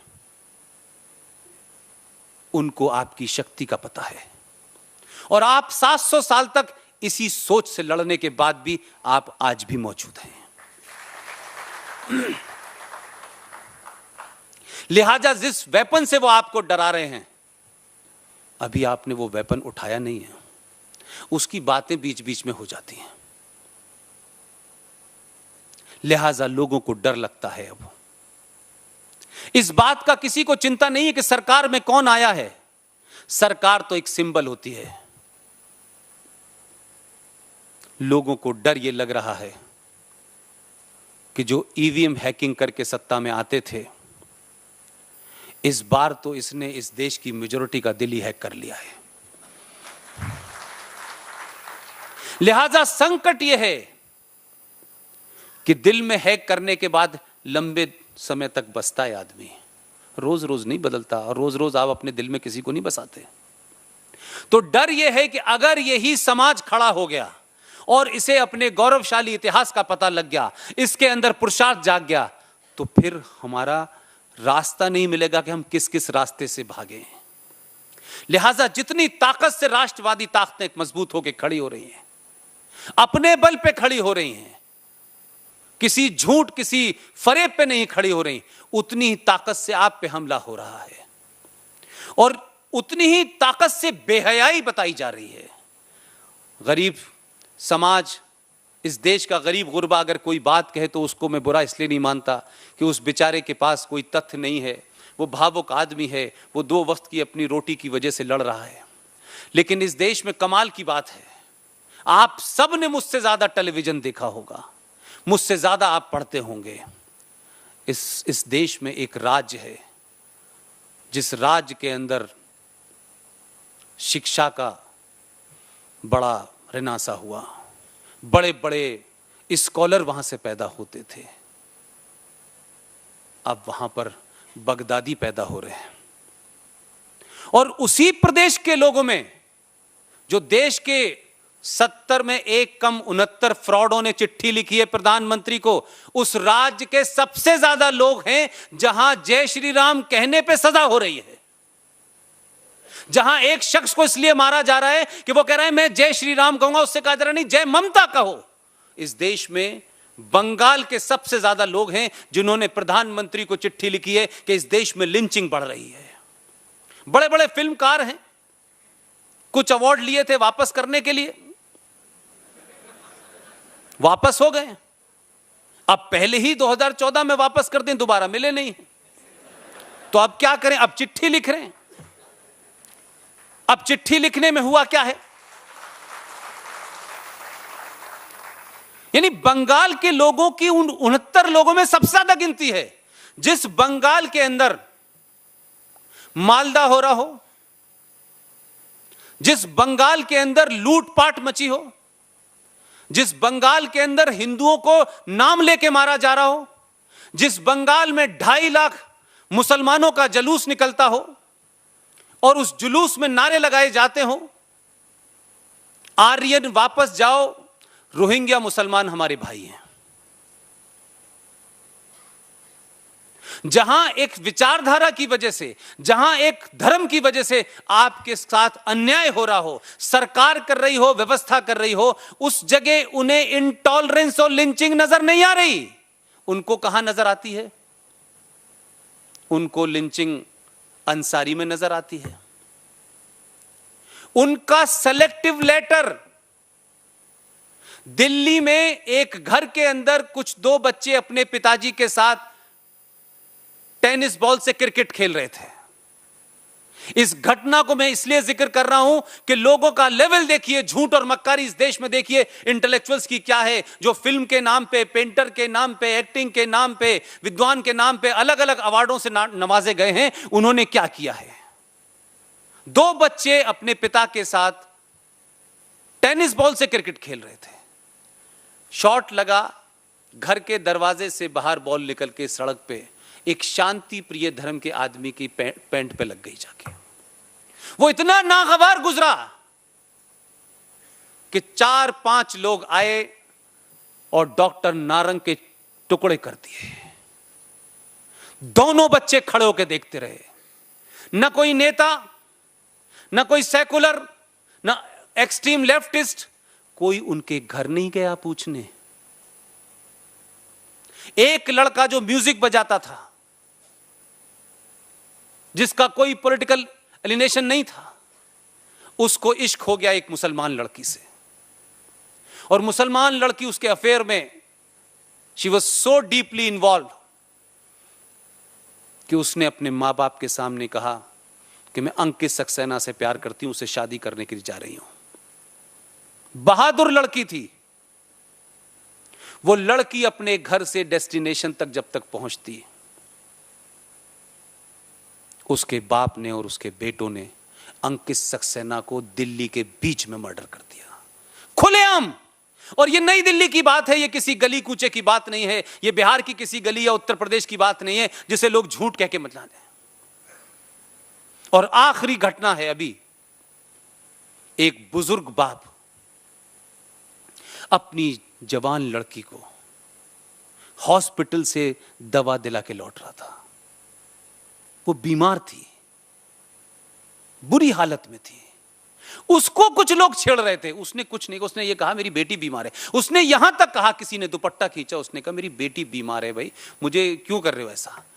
आप सोचिए, पागलपने और दीवान और अली के हत्यारों का और उनके मानने वालों का चरित्र देखिए। उस बाप की भी हत्या कर दी, उसके बेटे बचाने आए उनको भी हत्या कर दी। लेकिन किसी ने चिट्ठी नहीं लिखी कि ये इंटॉलरेंस बढ़ गया है, ये लिंचिंग हो गई है, ये सेलेक्टिव मक्कारी है, ये फ्रॉड है इस देश के अंदर। आपको बोलना होगा।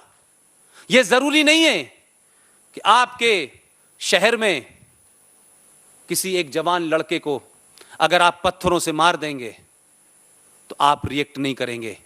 मुझे तो आज ही पता चला, ये बात उतरते ही मुझे पता चली। आप यकीन मानिए मेरी सारी स्पीचेस में यह शामिल रहेगा। आप अपनी बात तो कहिए भाई, बताइए तो। जो समाज 700 साल अपनी टॉलरेंस के कारण गुलाम रहा, जिस समाज ने अपने धार्मिक भजनों में किसी का विश्वास जीतने के लिए परिवर्तन कर लिया, जिस समाज के मंदिरों में इफ्तार देने लगे कि शायद इससे ये खुश हो जाएं, लेकिन उनकी खुशी पूरी नहीं हो रही। अब किस चीज से हो रही है? अब ना तो कोई इफ्तार दे रहा, न बुला रहा, और जो बुला रहे थे वो अब फतवा लेने भी नहीं जा रहे, वो अब शिव मंदिर जा रहे हैं।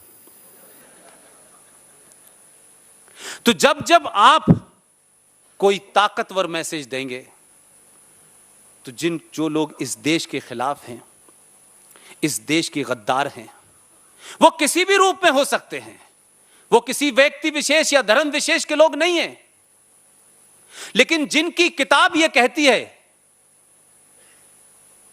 कि हम नेशन स्टेट में बिलीव नहीं करते, इस्लाम राष्ट्र के अंदर यकीन नहीं करता, लिहाजा जब आप किसी से दोस्ती कर रहे हैं, अपने साथ उसको जोड़ना चाहते हैं, तो आपने 70 साल में उनका विश्वास प्राप्त करने के लिए क्या क्या छोड़ा, जरा इसका भी हिसाब लगा लें। कि अगर कोई मुसलमान बेलगावी में रह रहा है और मंगल ग्रह पे कोई दूसरा मुसलमान पहुंच गया, वैसे पहुंचा नहीं है,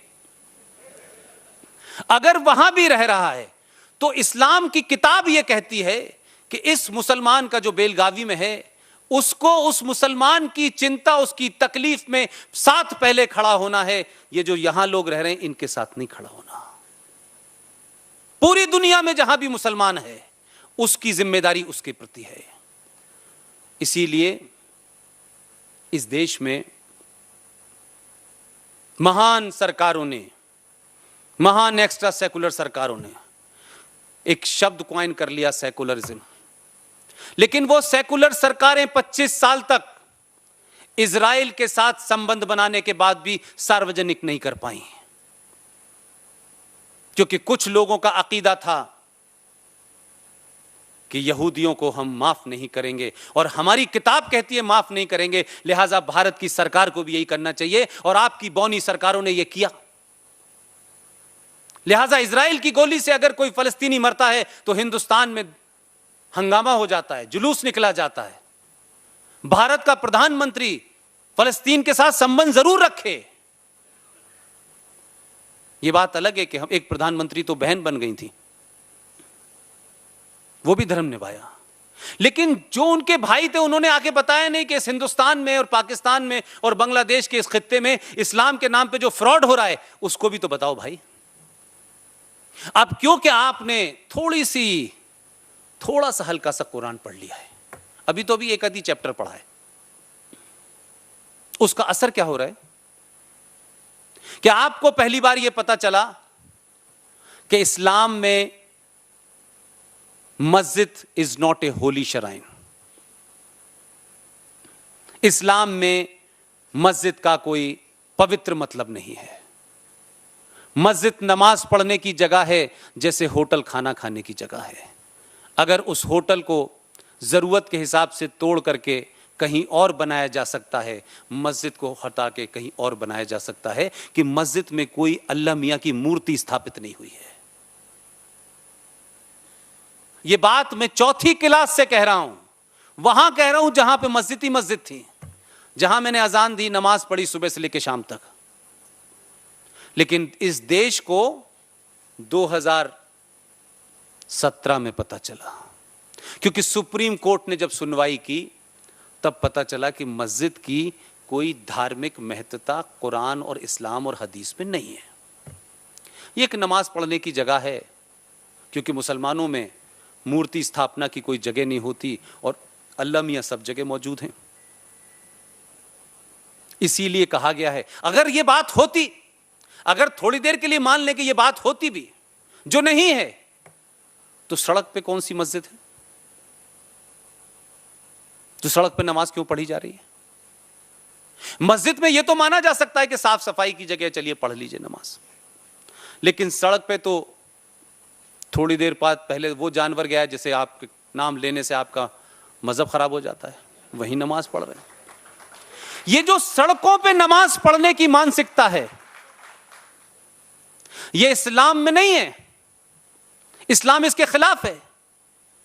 ये इसलिए पढ़ी जा रही है कि जैसे जैसे आपको उनके बारे में पता चल रहा है, जैसे जैसे आप डिबेट कर रहे हैं, जैसे जैसे किताब के पन्नों को आप पलट रहे हैं, उनको पता लग रहा है यार इनको जल्दी हकीकत पता चल गई। तो हमने जो कहा है कि यौम क़यामत नजदीक है, कहीं ऐसा ना हो यहीं से शुरुआत हो जाए। लिहाजा पूरी ताकत से डराओ और हर बात को इस्लाम के नाम पे डराओ। और झूठ और मक्कारी और फरेब, दो चीजों से मुझे बड़ा अजीबो गरीब लगता है। यह सवाल आप अपने उस मुसलमान भाई से बैठ के पूछिए जो आपसे कहता है कि दीपावली में राम और रमजान में अली, मोहम्मद अली, भाईचारा, गंगा जमुना, उनसे जरा प्यार से बैठ के समझाओ उनको। पूछिए उनसे कि भाई हमको भी ये बताओ कि फरमाया गया है कि नमाज वहां पढ़ो जहां किसी को ऑब्जेक्शन न हो। अगर किसी ऐसी जगह नमाज पढ़ते हो और उस नमाज पढ़ने की जगह पे चाहे तुम्हारे मजहब का हो या गैर मजहब का हो, अगर उसको डॉट बराबर भी ऑब्जेक्शन है, तुम्हारी नमाज में कबूल ही नहीं करूंगा। लेकिन भारत के अंदर इस्लाम का जो असली एजेंडा है, जिसे छुपाया गया है, इस्लाम कोई धर्म के नाम से फैलाया जरूर जा रहा हो, कुछ इधर से कुछ उधर से उठा करके जोड़ जरूर लिया गया हो। Islam is not a religion, it is a political ideology, nothing more than that. लेकिन हम पॉलिटिकल आइडियोलॉजी में जीत नहीं सकते, इसलिए उसको धर्म के नाम से डराओ और इतना ज्यादा उसको कॉम्प्लिकेट करके रखो कि सच किसी को पता ना चले। मस्जिदों से डराया गया। सऊदी अरब जहां मक्का है, जहां मोहम्मद साहब थे, उस जगह जहां मोहम्मद साहब ने नमाज पढ़ी वो तो कब की तोड़ के समतल हो गई। पूछा नहीं किसी ने ऑब्जेक्शन नहीं किया कि मोहम्मद साहब जहां पढ़ रहे थे, जब वही जगह नहीं बची तो फिर बाबरी मस्जिद पे किस लिए जान दे रहे हो? बाबरी मस्जिद धार्मिक इशू नहीं है। बाबरी मस्जिद, मथुरा और काशी, ये तीन चीजें सिर्फ इस बात के लिए लड़ी जा रही हैं कि जो काम 700 साल में लुटेरों ने, बलात्कारियों ने, प्लंडर्स ने इस देश में आपके राज करने के लिए आप सदियों तक जलील रहे, आपके मंदिरों को तोड़ा और ऊपर की गुम्मद बना दी, बाकी ऐसा ही है। सिर्फ इसलिए वो मौजूद रहें ताकि आप जीवन भर कुंठा में रहें।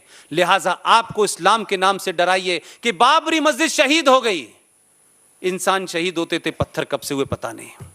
और ये वो लोग कह रहे हैं जिनका पत्थर में यकीन नहीं है, लेकिन ये नहीं बताते कि वो जो चौकोर काले रंग का कमरा है उसमें क्या रखा है। जरा एक बार उसके बारे में भी तो बता दो, दिल खोल के बताओ कि उसमें मोहम्मद साहब का कुरान शरीफ रखा हुआ है। और वो क्या पत्थर है जिसे कुछ लोग उठा के ले गए थे, तो 11 साल तक हज नहीं हुआ था, और कुछ लोगों को लगा ये पत्थर हम अपने यहां जाके लगा लेंगे, लिहाजा तो हमारे यहां हज होने लगेगा। जब वहां लेके गए तो हज करने कोई आने वाला नहीं था, वही इसको वापस ले आए वो लोग, फिर हज शुरू होना। हज कमाई का धंधा है, धार्मिक एजेंडा नहीं है। और आप सच बोलिए ना, बार बार लोग कहते हैं कि देखिए साहब, इस्लाम के आने से पहले तो जहालत थी, कुछ था ही नहीं। गुप्ता डायनेस्टी का टाइम क्या है? वो तो इस्लाम से पहले का है। रिचेस्ट, मैं गलत कह रहा हूं? गुप्ता डायनेस्टी मोहम्मद साहब से पहले थी या बाद में थी? और कैसी थी? यह बात अलग है कि जहां वो रहे होंगे उस कबीलाई जिंदगी में जहालत होगी, उसमें लोग ऐसी सोचते होंगे जो हो रहा है, उसके अंदर जायज होगा। 54 साल का आदमी 6 साल की लड़की से शादी करे, हो सकता है, उसमें जायज होगा। लेकिन यह मत कहिए कि दुनिया को हमने रोशनी दी और जिस धरती पे हम रह रहे हैं यह चपटी है। जमीन चपटी नहीं है, तुम्हारी खोपड़ी चपटी है। इसलिए किसी साइंटिफिक बात को भी सच मानने को तैयार नहीं हो। अरे जो साइंस प्रूफ कर चुकी है उसको तो मानो। और हमारा संकट क्या है कि हम अभी तक अपने लोगों को यह नहीं बता पाए कि हम सुबह उठते हैं बिस्तर से और धरती को क्यों नमस्कार करते हैं छू करके, हम सूरज की तरफ हाथ जोड़ते क्यों हैं, हम तुलसी को पानी क्यों देते हैं, हम पीपल को क्यों पूछते हैं, यह हम भी नहीं बता पाए। यह हमारी गलती है। लिहाजा अगर आपके जीवन में जो भी एक्शन है वो कोई आज नहीं बताया गांधी जी ने, आज के ये जो यूरोप से आने वाले साइंटिस्टों ने नहीं बताया। आपके पास सब कुछ था, वो यहां से ले गए, अंग्रेजी में लिख के वापस कर दिया आपको। अब आपसे कह रहे हैं ऑर्गेनिक फूड अच्छे हैं। आपके यहां तो यही होता था, उसके अलावा क्या होता था? तो हम अपनी कमजोरियों को भी समझें। हम ऐसे 700 साल गुलाम नहीं रहे, और हमको हमसे सुपीरियर रेस ने बनाया होता, सिविलाइजेशन ने बनाया होता तो दुख नहीं होता। लेकिन देर से सही, अगर दुनिया कहती है ये सदी आपकी है, तो आपके यहां लोग ऐसे पैदा हो रहे हैं जो ये बता रहे हैं कि ये कुंभ 12 साल बाद क्यों होता है, इसके नहाने से नहीं होती बल्कि बीमारी ठीक हो जाती है। क्या इसका साइंटिफिक बैकग्राउंड है? पढ़ लीजिए, सब अवेलेबल है, और आप ही के लोग लिख रहे हैं। आप तो 1000 साल पहले बता देते थे कब कौन सा दिन पड़ेगा, कब कौन सा दिन नहीं होगा, और इतना झूठ बोला गया। एक घटना और आपको बताता हूं। 1957 में भारत की पार्लियामेंट में डिबेट हुई, और ये जो कैलेंडर है जिसको हम सब लोग लगाते हैं, मार्च अप्रैल 1 2 3 4 5 6, उस बहस को आप सुन लीजिए। और उस बहस के बाद जो फाइनल फैसला हुआ, उस फैसले को भी कितनी खामोशी से दबा दिया गया। अब ये पता नहीं मेरी किस्मती क्या है कि मुझे ऐसे ही सारे मुद्दे मिल रहे हैं। उसमें कहा गया कि जब ये कैलेंडर बनेगा, जो भारत सरकार कैलेंडर जारी करेगी, उसमें जो आपका हिंदू कैलेंडर जिसे आप कह सकते हैं, हिंदू तिथियां कह सकते हैं, क्योंकि मैं तो उसका नाम जानता नहीं हूं, क्या बोलते हैं उनके बारे में, क्या क्या बोलते हैं ना, महीनों के बारे में जो बोलते हैं मुझे वो, उसमें यह कहा गया कि यह मेन गिनती होगी। कैलेंडर की डेट जो है वो मेन ये होगी, और अंग्रेजी कैलेंडर की डेट उस चौकोर खाने में छोटी होगी। ये भारत की पार्लियामेंट ने 1957 में पास किया और कहा कि भारत के जितने भी सरकारी दफ्तर हैं, सरकार के पब्लिकेशन में यही कैलेंडर छपेगा। सच बताइए, कैलेंडर देखा आपने 50 साल में? यह बात मैंने निकाली है सारे कागजात से, पार्लियामेंट से। महाराष्ट्र के कुछ लोग लड़ रहे थे, फिर उनसे पता किया। यह 57 में ऑर्डर हो गया था कि कैलेंडर ये इस तिथि से चलेगा, भारत की संस्कृति इसी से जानी जाती है और इसी से दिन का, पंचांग का, इस देश का, उस त्योहार का सब पता होगा। लेकिन आपको अंग्रेजी कैलेंडर बताया जाता है और जो आपका कैलेंडर है उसको छोटा छापा जाता है। इसके खिलाफ तो सुप्रीम कोर्ट को भी ऑर्डर लेना चाहिए, संज्ञान लेना चाहिए कि नहीं लेना चाहिए? भारत में बैठे हुए लोगों को इस बात का संज्ञान लेना चाहिए कि नहीं लेना चाहिए भाई, कि जो बात आपकी इस पार्लियामेंट ने अच्छी बुरी जो भी थी 57 में, जिस कारण से भी था, उसने अगर ये फाइल पास किया था, तो पार्लियामेंट ने पास की हुई चीज के विपरीत उल्टा काम क्यों हो रहा है? लेकिन हमको चिंता नहीं है, वो आपको बताना नहीं चाहते, क्योंकि आप उस अंग्रेजी में फंसे रहे जिन अंग्रेजों ने पावर ट्रांसफर की थी आपको। क्योंकि पावर ट्रांसफर करने से जो कलेक्टर थे वो चले गए, जो कंडक्टर थे उन्हें बिठा गए। और हुआ क्या है, एक और जघन बताता हूं बात आपको, यह तो आपको पूछना चाहिए। आर्टिकल 35A के बारे में उसकी क्या क्लॉजेस हैं वे बता करके मैं जिस नई मुहिम पे निकला हुआ हूं वो मैं आपके सामने रखूंगा। सन 1944 की डेट जम्मू कश्मीर के संविधान में इसलिए रखी गई कि उस वक्त के शातिर एंटी हिंदू महान लोग कश्मीर के, जो कश्मीरियत, जमहूरियत और इंसानियत की बात करते हैं, इसलिए रखी गई कि 1940 में पाकिस्तान बनने का रेजोल्यूशन लाहौर में पास हो चुका था। जो समझदार लोग थे, क्योंकि सियालकोट से ट्रेन सिर्फ जम्मू तक आया करती थी, जो समझदार थे कि अब पाकिस्तान बनेगा, कब बनेगा यह पता नहीं, लेकिन बनेगा इतना उनको यकीन हो गया था, तो उन्होंने भारत की तरफ रुख करना शुरू किया। जो मानसिकता आज हमारे समाज की है वो 1944 में भी थी। हम सिचुएशन को न भांपते हैं और न उसको एंटिसिपेट करते हैं जब तक खतरा घर पे दरवाजे पे नॉक ना करते, तब रिएक्ट करते हैं, तब बहुत देर हो चुकी होती है। 1944 में जब पाकिस्तान में गड़बड़ होने लगी, 1935 में लाहौर में जाइए, क्योंकि लाहौर बागा बॉर्डर से क्रॉस करते करते कोई 300-400 बार जा चुका हूं। लाहौर में जाकर के लाइब्रेरी में पढ़िए। कुछ चीजें जला दी गई वो बात अलग है, लेकिन जलाने के लिए भी अकल चाहिए कि क्या लिखा है तब जलाएंगे। कुछ चीजें ये सोच के जलाएं ये बहुत अच्छी हैं, लेकिन वो मेरे काम की थी। लाहौर में 1935 में लोग कहा करते थे कि ऐसा होने वाला है।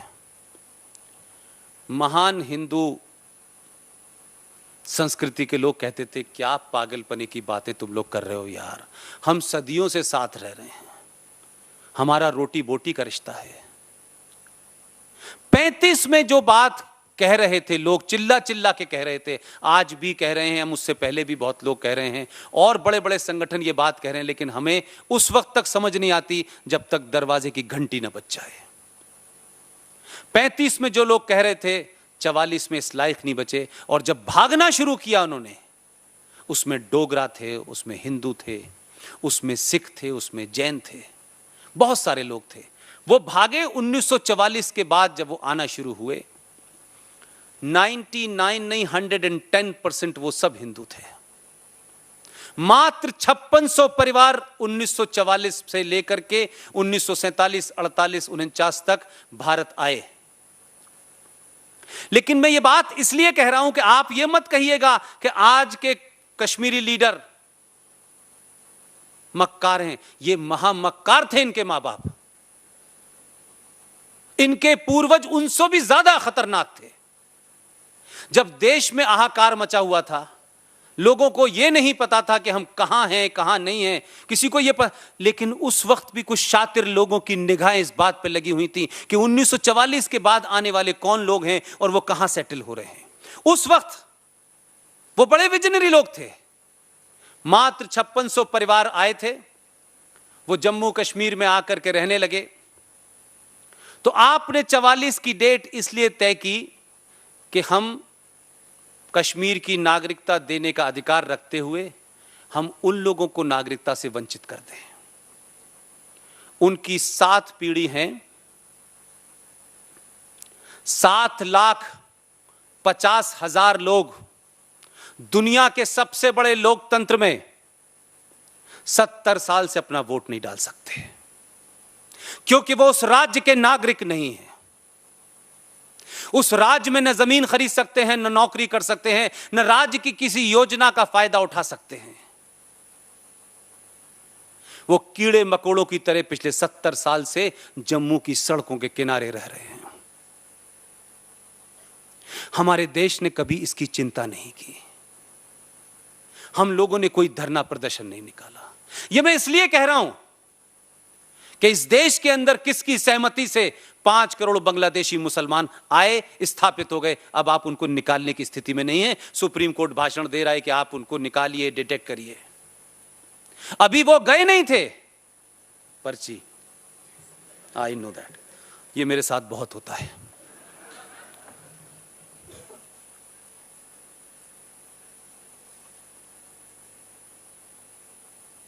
जो रोहिंग्या मुसलमानों की चिंता भारत के मुसलमान कर रहे थे, उनको बसाने के लिए भाई बता रहे थे। और क्या चरित्र है, एक तरफ तो रोहिंग्या को बसाने के लिए इस देश पर दबाव बनाया जा रहा है, और सुप्रीम कोर्ट तो अति एक्सट्रीम महान है भाई। 2 रोहिंग्या मुसलमानों ने सुप्रीम कोर्ट में एप्लीकेशन दी है कि हमें नागरिकता दी जाए। वाह! जो हमारे देश के लोग हैं वो सुप्रीम कोर्ट में कोई एप्लीकेशन नहीं दे रहे, लेकिन महान हैं कश्मीर के लोग और मक्कार और मुनाफिक और एंटी हिंदू और एंटी इंडिया लोग, कि वो क्या कहते हैं कि आर्टिकल 35 है, भारत के किसी भी नागरिक को, वो हिंदू हो मुसलमान हो, उसको वहां जाने के बसने के लिए नागरिकता चाहिए, और उसके लिए जिहादियों की जो सरकार है वो तय करेगी। लेकिन आप उसी जम्मू कश्मीर में देखिए, 2008 से लेकर 2019 तक 98,000 बर्मा से भागे हुए रोहिंग्या मुसलमान कश्मीर में आ गए हैं। उनके पास आधार भी है, बिजली का कार्ड भी है, राशन कार्ड भी है, वो सब्सिडी भी ले रहे हैं। आप बताइए, और उसके बाद भी आप कह रहे हैं कि कश्मीर जो है भारत का अभिन्न अंग है। आप कह रहे हैं कि अब इनको हम 80,000 करोड़ रुपया दे देंगे तो इनका दिल जीत रहे हैं। ये इनका दिल जीतते जीतते हमारा दिल छन्नी हो चुका है। और तो और, मुझे नहीं पता आप में से कितने लोगों को पता है, वहां की महान सरकार ने एक स्कीम निकाली कि जो आतंकवादी अपना हथियार रख देगा, पहले तो आतंकवाद करो, कि तुम्हारे आतंकवाद से हम सत्ता में आते हैं, तुम्हारे आतंकवाद से दिल्ली डरती है, तुम्हें रोकने के लिए हम तुमको बिठा देते हैं। जब हम सत्ता में आते हैं तुम चुप रहो, जब हम सत्ता में से चले जाएं तो फिर शुरू हो जाओ। कह रहे हैं कि अगर आप हथियार रख देंगे तो 12 लाख रुपए की एक FD हर आतंकवादी को कराई जाएगी, ताकि वो अपना जीवन नॉर्मल जी सके। जिस राज्य का कंट्रीब्यूशन भारत की GDP में निल है, और मेरे आपके टैक्स के पैसे से उनका खाना उठना बैठना चलता है, वो आतंकवादियों को मेरे टैक्स का पैसा दे रहा है, लेकिन देश चुप है इसके ऊपर। और आप कह रहे हैं कि कश्मीर हमारा अभिन्न अंग है। यह देश का पहला ऐसा राज्य है जो भारत की सेनाओं को पत्थरों से मार देता है। इस देश में बहुत सारे सूबे हैं, लेकिन हरियाणा एक राज्य है। उस राज्य का करीब करीब हर गांव ऐसा है जिसका बेटा फौज में होते हुए कश्मीर में मारा गया है। बात होती है कश्मीरियत में, कि जब भी कश्मीर की बात होगी उसमें स्टेक होल्डर कौन होगा? उसमें स्टेक होल्डर बुरहान वानी होगा, मूसा होगा, हुर्रियत होगी, नेशनल कॉन्फ्रेंस होगी, PDP होगी। तो भारत की आर्मी क्यों नहीं होगी उसमें? भारत की आर्मी के बगैर कश्मीर तय नहीं हो सकता। जब तक वो भी स्टेक होल्डर नहीं होगी, हम किसी को स्टेक होल्डर नहीं मानते। और भारत का हर वो आदमी जिसका टैक्स भारत की केंद्र सरकार लेती है और उन आतंकवादी सरकारों को देती है, उन एंटी इंडिया चलाने वालों को देती है। इसलिए कश्मीर के अंदर कोई भी फैसला होगा हमारी मर्जी के बगैर नहीं होगा। कोई 4 लोग जाएंगे और हुर्रियत के लोगों से दलाली करते हुए कहेंगे कि हमसे गलती हो गई, हम आपसे यहां से चले गए, और कोई अपना एजेंडा पूरा कर रहा होगा, इस एजेंडे को भारत बर्दाश्त नहीं करेगा। 5.5 लाख कश्मीरी हिंदू पंडितों को दिन के उजाले में उनके धर्म के नाम से, उनके बिलीफ के कारण आपने मारा, रेप किया, मर्डर किया, आपने निकाल दिया। उस वक्त देश का गृह मंत्री भारत का पहला मुसलमान लीडर था और उसी राज्य से था। किसी ने इस्तीफा नहीं मांगा, कोई हेडलाइन नहीं बनी, और हमने किसी पत्रकार को और किसी श्याम बेनेगल से लेकर के बंगाल से लेके वो तमाम अपर्णा सेन टाइप के बहुत सारे लोग निकल आए हैं जो अब रिडंडेंट हो चुके हैं, हमने नहीं पूछा कि इस देश में अगर पहली लिंचिंग हुई थी तो दिल्ली के अंदर प्रधानमंत्री की देखरेख के अंदर हुई थी और 3,500 सिखों को दौड़ा दौड़ा के मारा गया था। वो थी असली मॉब लिंचिंग। लेकिन हमने सरकार को नहीं देखा, हमने पत्रकारों को नहीं देखा, हमने इंटेलेक्चुअल्स को नहीं देखा, हमने अवार्ड वापसी को नहीं देखा, हमने सुप्रीम कोर्ट को नहीं देखा, ये कहते हुए कि ये सबसे पहली मॉब लिंचिंग हुई है। और आप चुप रहे, आप बोले नहीं। उनका एक आदमी गलती से कहीं मर जाए तो पूरी दुनिया में, पूरे यूरोप में, यूएनओ में सब जगह खबर फैल जाती है। इसीलिए कश्मीर में 5.5 लाख कश्मीरी हिंदू पंडितों को जब मारा गया तो कोई मॉब लिंचिंग का सवाल नहीं खड़ा किया किसी ने। इस देश में तो मॉब लिंचिंग के नाम पे क्या क्या हो चुका है, अब तो कुछ हो नहीं रहा है। मैं बार बार एक ही बात कहता हूं कि पर्ची आ गई है मेरे पास। मैं जानता हूं हर प्रोग्राम की अपनी मर्यादा होती है, लेकिन मैं मर्यादाओं को तोड़ने की वजह से जाना जाता हूं, इसीलिए बोलता रहता हूं। लेकिन आप यकीन माने, आप इस लेटर, ये जो लव लेटर लिखे जा रहे हैं प्रधानमंत्री को, सिर्फ इतना ही फर्क हुआ है। इस बात को मैं बार बार एहसास कराना चाहता हूं, ये चमत्कार की दुनिया छोड़ दीजिए, अपने पे यकीन रखिए, बिलीव इन योर सेल्फ।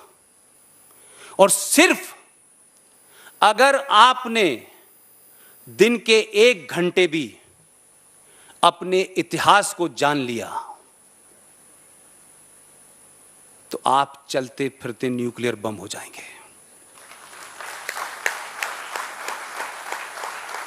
आपको ये देसी पिस्तल बना करके चौराहों पे मारने, पत्थरों से सर कुचल करने का जरूरत नहीं पड़ेगी। एक बार अपनी ताकत का एहसास कीजिए, अपने लिए कीजिए, अपने राष्ट्र के लिए कीजिए, और जिन कारणों से आप 700 साल गुलाम रहे उनको दोबारा हावी मत होने दीजिएगा। बड़ी मुश्किल से किसी कारणों से कोई घटना घटती है और एक ऐसा समय आता है जब हजारों चीजें एक ही बार में समाप्त हो जाती हैं। कोई अगर मगर नहीं करता है, वो घड़ी आ गई है, इसको बनाए रखिए। आपकी मर्जी जिसकी होगी वो सत्ता पे बैठेगा, जो आपके साथ नहीं होगा वो सत्ता पे नहीं बैठेगा। अपने पे पूरा भरोसा रखिए, अपने इतिहास पे गौरव कीजिए, अपने पूर्वजों को समझिए, अपनी संस्कृति को समझिए। जिस भगवान को पूजते हैं, जिस देवी को पूजते हैं, किसी भी रूप में पूजते हैं, जब वो देवी फरसा लेके खड़ी है, तलवार लेके खड़ी है, तो आप तो उसके बंदे हैं। आपके पास जेब में एक नेल कटर तो होना चाहिए। मैं फिर बताता हूं, आदर्शवाद ठीक है, लेकिन ये समाज आदर्श नहीं है। अगर इसी आदर्श के चलते सेना ये आदर्श इख्तियार कर ले बॉर्डर पे, आइए, तो फिर बुलाएगी, आइए आइए आइए, हमारी गर्दन काट के ले जाइए, हम तो महान लोग हैं।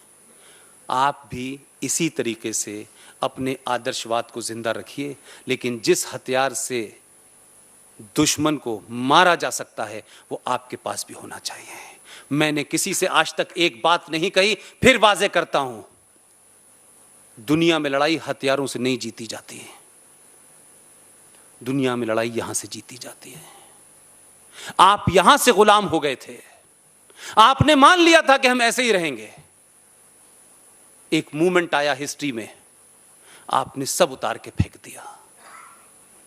अब सवाल यह हो गया है कि अब हमारे ऊपर कोई हमला करेगा तभी हम हमला करेंगे। बालाकोट में यह करके आपने कहा अब हमारे ऊपर जो नहीं करेगा उसके ऊपर भी करेंगे। आप लोगों ने मेरी बातचीत को सुना, इतने धैर्य के साथ सुना।